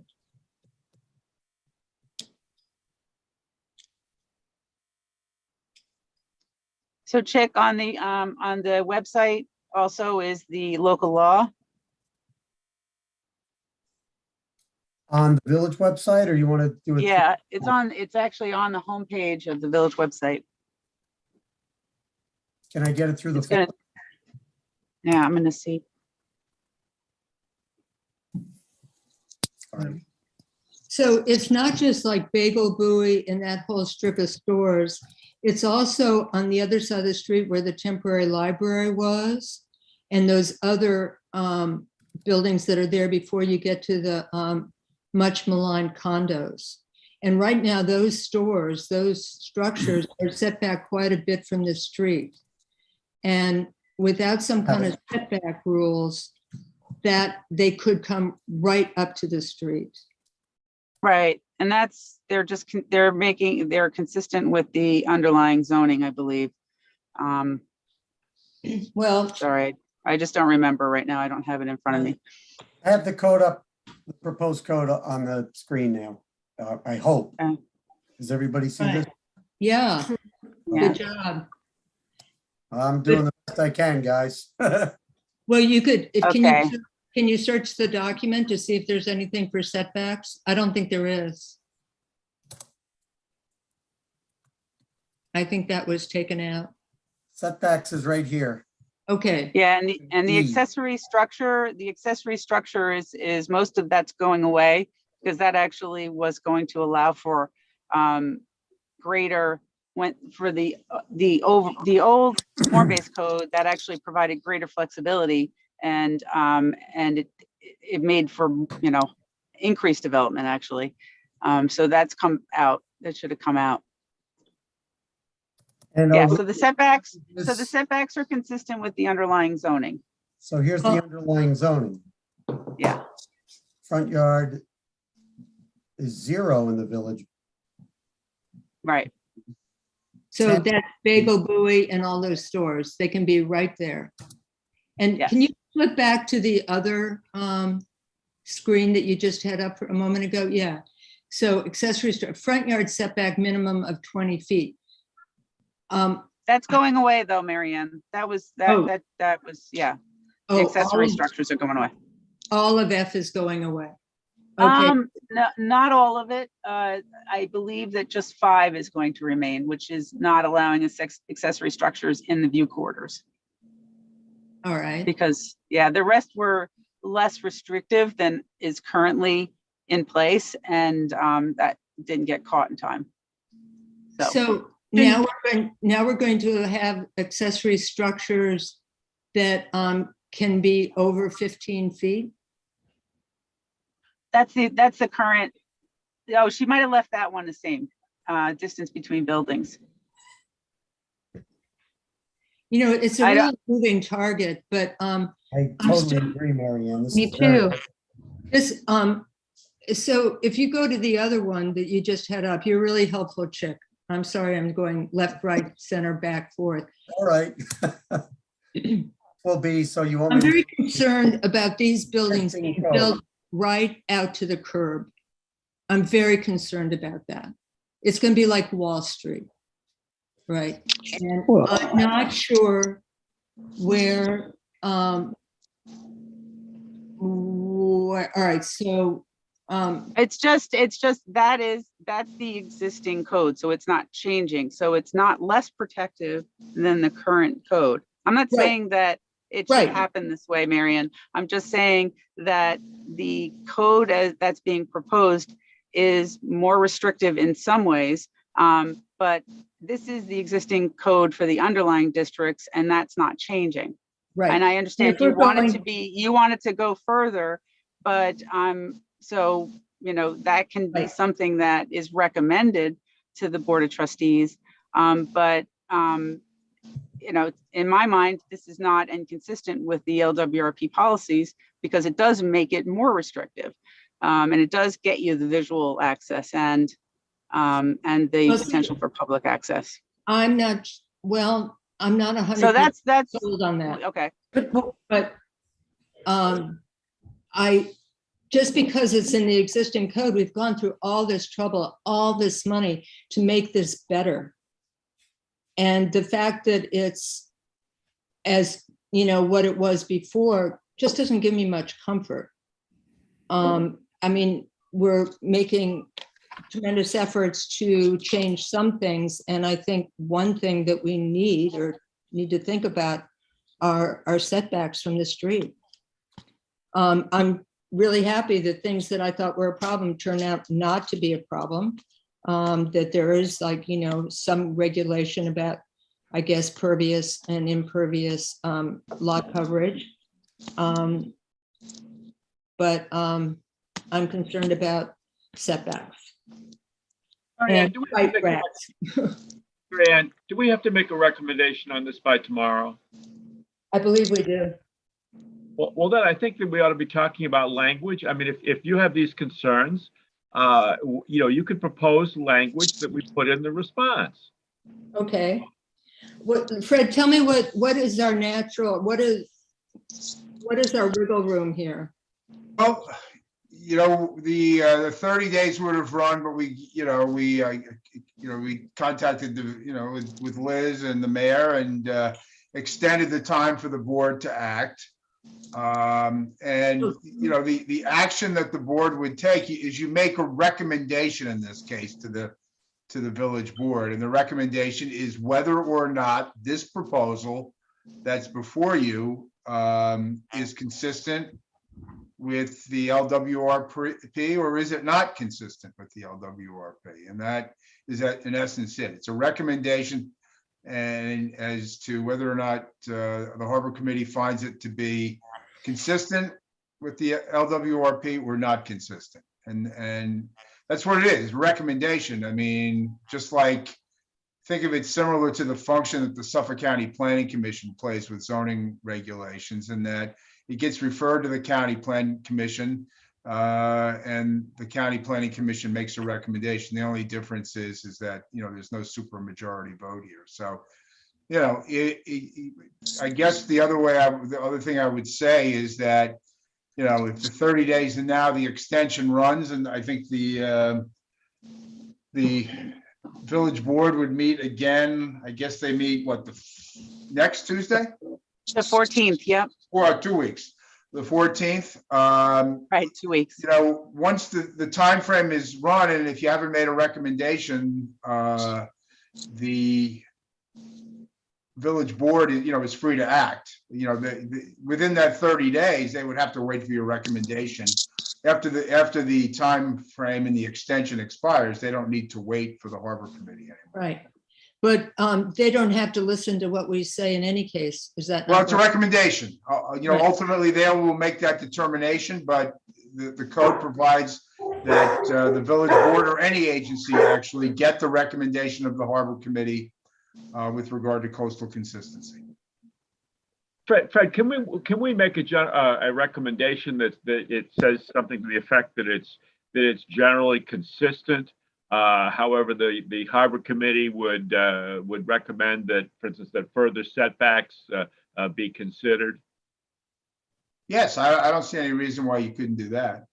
Well, I think we ought to we ought to work on that language. My other question though, Fred, is on E here, this on setbacks on waterfront Yes. properties. You're saying that E, that would be, let's see, looking at the section, 3015(3), E, that's going to be changed? Is that? I didn't say that provision is going to be changed. I said that there will be language in the final local law that states that the jurisdiction of the Harbor Committee under the Wetlands Law, will be stated in the local law, and the greater setback is going to apply. So. But it would seem to me that in the overwhelming number of cases, if not all of them, that what is required by Chapter 285 is probably going to be greater than the 30 feet from mean high water. Although, there may be some odd lot that, where there's existing development or something where that may not be the case, but. I mean, we discussed at the work session how this would be confusing, and that unless there was specific language that referred to 285 to Yeah, my understanding is there will be specific language that refers to 285. Okay, so I think we should follow John's lead here. And Fred, can you be our secretary, our legal counsel, and draft something here? I could be both of those things if you'd like. I think you should do this probably similar to what you do with Chick when you ask him to write a permit or a decision. And you could direct me to write something to the town board as far as a recommendation. I guess that the local law you find to be generally consistent. The more specific that you could be with regard to a setback, I think what you're talking about here is a front yard, the zero setback that's VB. You want to see some setback there. I don't know how specific you want to be as to what that setback might be. I wouldn't be specific about front yard because front yards and backyards flip around depending on where the water is. Yeah. And I think the street side, I think that we want a setback of a minimum of 10 feet. And that this could be, I think it'd be great if we had trees planted, for, indigenous plantings and trees. Or what do you guys think? The Sag Harbor Tree Committee is always eager and looking for trees to be planted. Right. Well, but I guess the idea of the zoning is also important in urban planning notion as well, right? So that the idea is that Main Street kind of wraps around Bagel Buoy, and that same sort of relationship of the storefronts to the sidewalks is being maintained. I think what you're suggesting is something that there be a change at that point, and yeah, I think that's fine. But I think that's the idea of what they're trying to accomplish here. Well, but what they're doing is they are going to allow buildings to become like Bagel Buoy. As those places, those little buildings, those little crummy buildings get replaced, they will be able to swallow up those setbacks. And at some point in this transition, you have to say, okay, that's there and this is here. Okay. And I think that we really want to, I feel quite strongly about this. We don't want that to be like a wall of buildings all the way down Bay Street to Ricin. I agree with you, Mary Ann. And I think a wall of buildings is fine. I think the setback is the critical factor. The wall of buildings is what describes the streetscape, but the setback is critical. I'm sorry, Will, you're taking me too literally. I mean, a wall of buildings that are right next to your shoulder as you're walking down the sidewalk, such as a Bagel Buoy. So we want like a setback. And how specific should we be in what we should ask Fred to ask for? 10-foot setback. 10-foot setback. Yeah, that's what you're asking, yeah. Okay, 10-foot setback. And that this should be what are we, that this should be, do we want to be specific about this setback? We're only talking about the village business district, right? Because that's where the setback is 0 now. Yeah. Right. Right. Right. Because everything else has at least a 10-foot setback. OD has a 10-foot setback. Right. Okay. Okay. All right. And we probably don't have to get into the details of what they should do with that setback, but I think we need a setback. Yeah. Are we all good If with you want to that? put 3 bicycle storage, if possible. Well, I think we should, that's another thing. I would add it. It sounds silly, but you don't have a place to park your bike Put it without in there. rubbing the paint Doesn't off hurt of to it, and what they had before was, we can just say generally that there should be bike storage or bike parking, bike racks, whatever. I think the language before was 2 per 2,000 feet, which doesn't sound like much. But we should just include bike storage, please.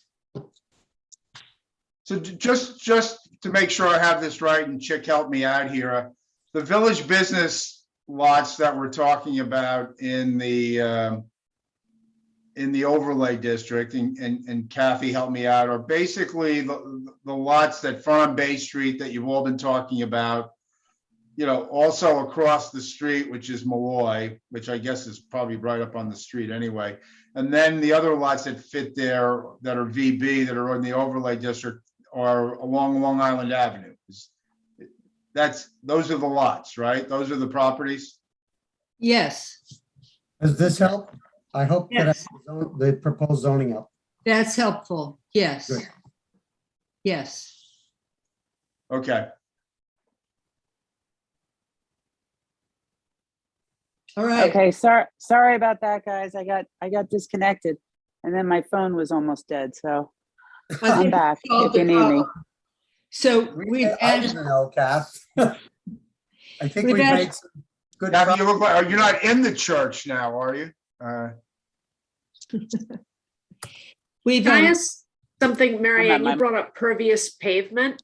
yeah, I don't know if this is a reach, but what about asking if all future parking is pervious? Especially in that area in between Xavier and the Marine Park and up by Bruce Tate in that neck of the woods. We're practicable. Is that too much to ask? You can't ask for all parking. I think you could say we're practicable or practical or where possible. Pervious. yeah, I think that's something that everybody's in favor of, and we've been getting lots of money from the CPFs to put that in. So I don't know that we have to codify that. I'm just sort of saying. Let me suggest that you could use such language as, in the interest of improving, water quality and reducing runoff. We recommend that further consideration be given to further more impervious pavement, more areas for planting, and you can list, you can add as many things as you want after that language. I would include trees. I think we need more trees. Yep. Trees and planting. Impervious pavement, trees, more areas for planting. You can fit Right. further setbacks in there if you want, where practicable. Well, no, I don't want setbacks where they're practicable. I want setbacks. Well, you can say a minimum of 10 feet or larger Yeah. if it's practicable. Yeah, I mean, you're making a broad recommendation as to things that they should consider in regards to the goals, the principal goals of the LWRP, and frankly, what the Harbor Committee is set up to do. right. That's all good language, Fred. You've been listening? I'm not only listening, I've been taking notes. I don't know if my screen is visible, but I'm keeping track of notes live, if you can All see right, it. good. All right, so I think we've stirred this pot enough. Fred, Can yeah, any other comments? May I make a comment?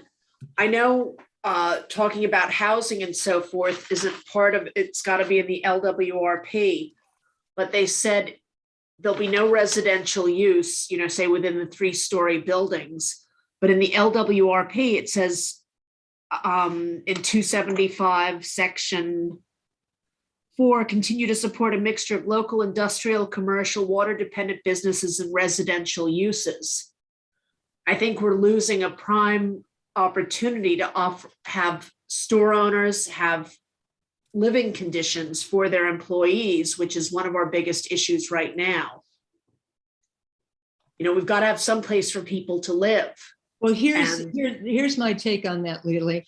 It's going to be like low-income housing, employee housing for like 2 minutes, and then they're going to rent it out for $5,000 a month. Well, that's.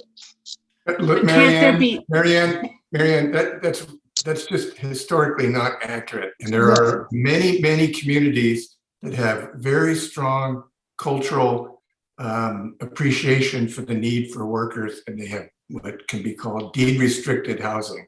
Yeah, I don't think- legally, you can do that. You can enforce I don't think limitations that on we housing. should succumb to the fear that it's going to be taken over by a developer. I agree with what Lily is saying, and I brought this up so many times. Bob Plum's working on a housing problem. He says the problem is there's no space, and so all of a sudden you say, well, in some of these commercial spaces where there is, I keep using Lou's place, he wants housing in there. Or even look at restricted Xavier. housing, not something that Billy Joel could, flip into some fancy condo. I'm sorry, you're talking about Lou, the Sag Harbor Yacht Yard? Yeah. Correct. He wants to put housing? Where? Yes, he needs He it wants apartments in there. for his workers. Just talk to these guys that have the And boatyard. We just reviewed one case where there's a boatyard with a house on the yard.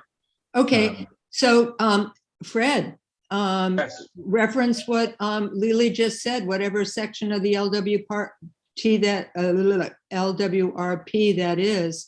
275, a local law amending chapter 300, section or part 4. That's not the LWRP. Well, then So wait, I just want to intervene for a second. Can you hear me? Yeah. Yes. Okay. All right. So the section of the code that you're referring to which would allow apartments as an accessory use in the WF underlying district would require a change to chapter 300, a separate section. So that would require a change in the overall code. And that is a recommendation that certainly can be made for a future action. It can't happen under this at this point.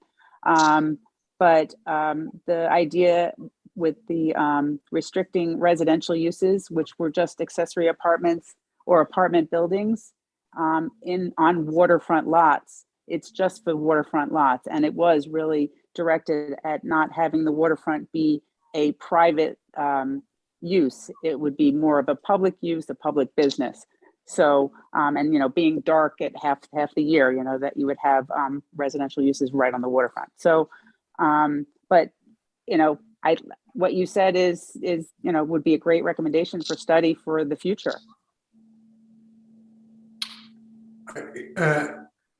Kathy, we've had this discussion many times. I guess it seems like a position that the waterfront is not allowing any what I call deed restricted housing. You mean on waterfront lots or within the waterfront overlay district? Overlay district. Okay. I guess that's what. Yeah. So you're talking. I don't understand why that is. I'm not. Yeah, I think it just goes beyond what this was about. This is about regulating development, scale and size, and it did end up going in another direction with uses previously, when Smart Growth Institute got involved and Form-Based Code Institute, but the deed restriction you're talking about for affordable units. Yeah, I wouldn't say affordable. I would just say for somebody like the yacht yard. But maybe Okay. rather than go into the shops. weeds with this, we just make it as a recommendation, number 6 as a Yeah, recommendation. yeah, and actually it could be, brought into that mix that Bob Plum and his, I guess, committee are looking into. Yeah. I mean- support that. I would very much support that. When Right, Sam- do we want to like get off topic if we're really doing an LWRP review? I don't want to like, we have like a couple of issues, maybe they're not like life-changing, but I think they're important. And if we go, I think it's a little, and I'm going to the demonstration or, what rally on Saturday. It's not like I'm against affordable housing, but I don't know if affordable housing issues belong in this letter where we're doing a review of the LWRP. Tell me I'm wrong. Well, I think Chick has it done beautifully there. Huh? I think Chick has it done beautifully there, the way he's phrased it. Yeah. Right, Chick, that's your composition? Yes, Yeah, I think that's fantastic. it's live. I can't read this. What does it say? Well, you have the Consider main provisions. recommendations, and then he does break it out as kind of an additional consideration, further consideration. Yeah. Enough said. This will get Fine. rehashed. Okay, fine, whatever. Okay. All And I right. think did it's- not capture what Lily was saying before about changes to chapter 300, Right. if you want me to try and capture that, but I don't think, I think we really need to try to stick to what the assignment is, or otherwise it's just going to go in the circular file. And this is going to go to Suffolk County, I imagine, somewhere along the line. And if we look like we're meandering, and I don't want to like dumb down in any way or be disrespectful to the affordable housing But- issue, but I don't know that it's part of the LWRP. How It's- does it necessarily? We're doing an I'm- LWRP review. Correct. With the Right. water, you said to look at the waterfront consistency review. Correct? Well, that's where I thought it was, but I don't see anything in all of this that talks about affordable housing. Well, I'm not saying necessarily affordable housing. I'm saying something that would allow, Well, yeah, I guess I don't know how It you is would, I affordable. don't know how you would phrase it to, so, No. What It you would need be- to do is find out where in the LWRP it talks about, this issue, so that we can attach it to the LWRP. That's my feeling. And I don't want to be Okay. overly strong here, but I think that if we like meander off of the LWRP, it dilutes our case.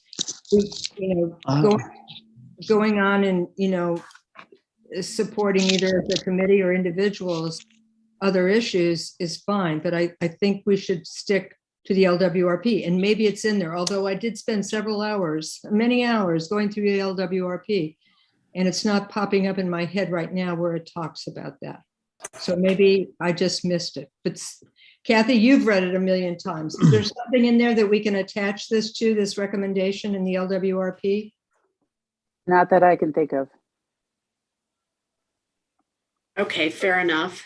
Let's try to stick to, I mean, I agree with Marianne very strongly that we should stick to issues that are in the LWRP in terms of our recommendations here. And that's not to say that we can't submit either personally or as a group other recommendations, but in terms of doing this job for tomorrow, Right. that we ought to limit it to things that we can support based upon the consistency review under the LWRP. Well said. All right, so Fred, what's the schedule here? I'll write this up in the next day or two. I'll circulate it to all the members of the board and we'll finalize it, and then we'll send it to the trustees. So we got an extension. I thought we only asked for an extension until tomorrow. Yeah, I spoke, listen, they're meeting on the 14th. We get it to them before the 14th. We're all good. Okay, good. All right. So Fred, let me All right. just say that I have these notes here. I don't know if everyone can see them. I just sort of tagged them on to the end of the review that we had circulated. Yeah, could you forward that to me, Chick? I mean, I took my handwritten notes here, but that would be handy to have too, if you could Yeah. forward those notes to me. And it would just be in the form of recommendations that we recognize that, this is the moving target thing, that there are changes that are being considered. We also recognize that the proposed changes are in some cases more restrictive. Right. But that So- the committee supports further. Say that again, Lily? No, it was me. I think, Fred, that you need to date that this was the edition that we saw dated on this date, whatever the Right. date is of this document. Yeah, That it doesn't apply to any future things that, you know, understood. okay. You're a lawyer, you're good. Yeah, and again, as I suggested before, I think that on those things where we can tie it to the LWRP, for instance, where there's more pervious pavement, trees planted, that there ought to be a phrase in there, you know, in the interest of improving water quality, or in the interest of Yeah, improving. I mean, I'll take this laundry list and try to tag it to, you know, a particular policy, one or more policies in the LWRP. Okay, Well, good. I did a whole bunch of that if you want some of my notes. Anybody who has anything forward to me, I'll use it all. Okay. All right. Right here, let me at least, let's establish who's doing what. We had prepared this original report. It was dated November 4th. And it was based on an earlier version, which we recognize is changing. Right. It had, you know, a summary of the code at the time, Yeah. consistency assessment, went through the policies. I'm just going to suggest that maybe, an easier thing and more complete would be for us to massage this. Keep it if it still applies, because, I think most of this was good, and this was going to say we find it generally consistent, and then add recommendations at the end. Well, Yeah, I'm that's not sure fine. about that. As an addendum to the original report. Yeah, You know, I think I'd like to read but- that general report again before I buy into that, because I don't know. Can we, Okay. Well, then well- I just wanted to put it out there. We can also have Fred draft the letter as he was offering. Right, yeah, there's I'll no, send him there's, these notes, and we'll do it that way. yeah, there's no set requirement for what the recommendation, Yeah. needs to, we've been using the same format, but a letter would be fine. Why doesn't everybody, I mean, it's gonna take me a day or two to put this together, so review the original report from Nelson and Pope. Yeah. I happen to think that in the context of saying that it's generally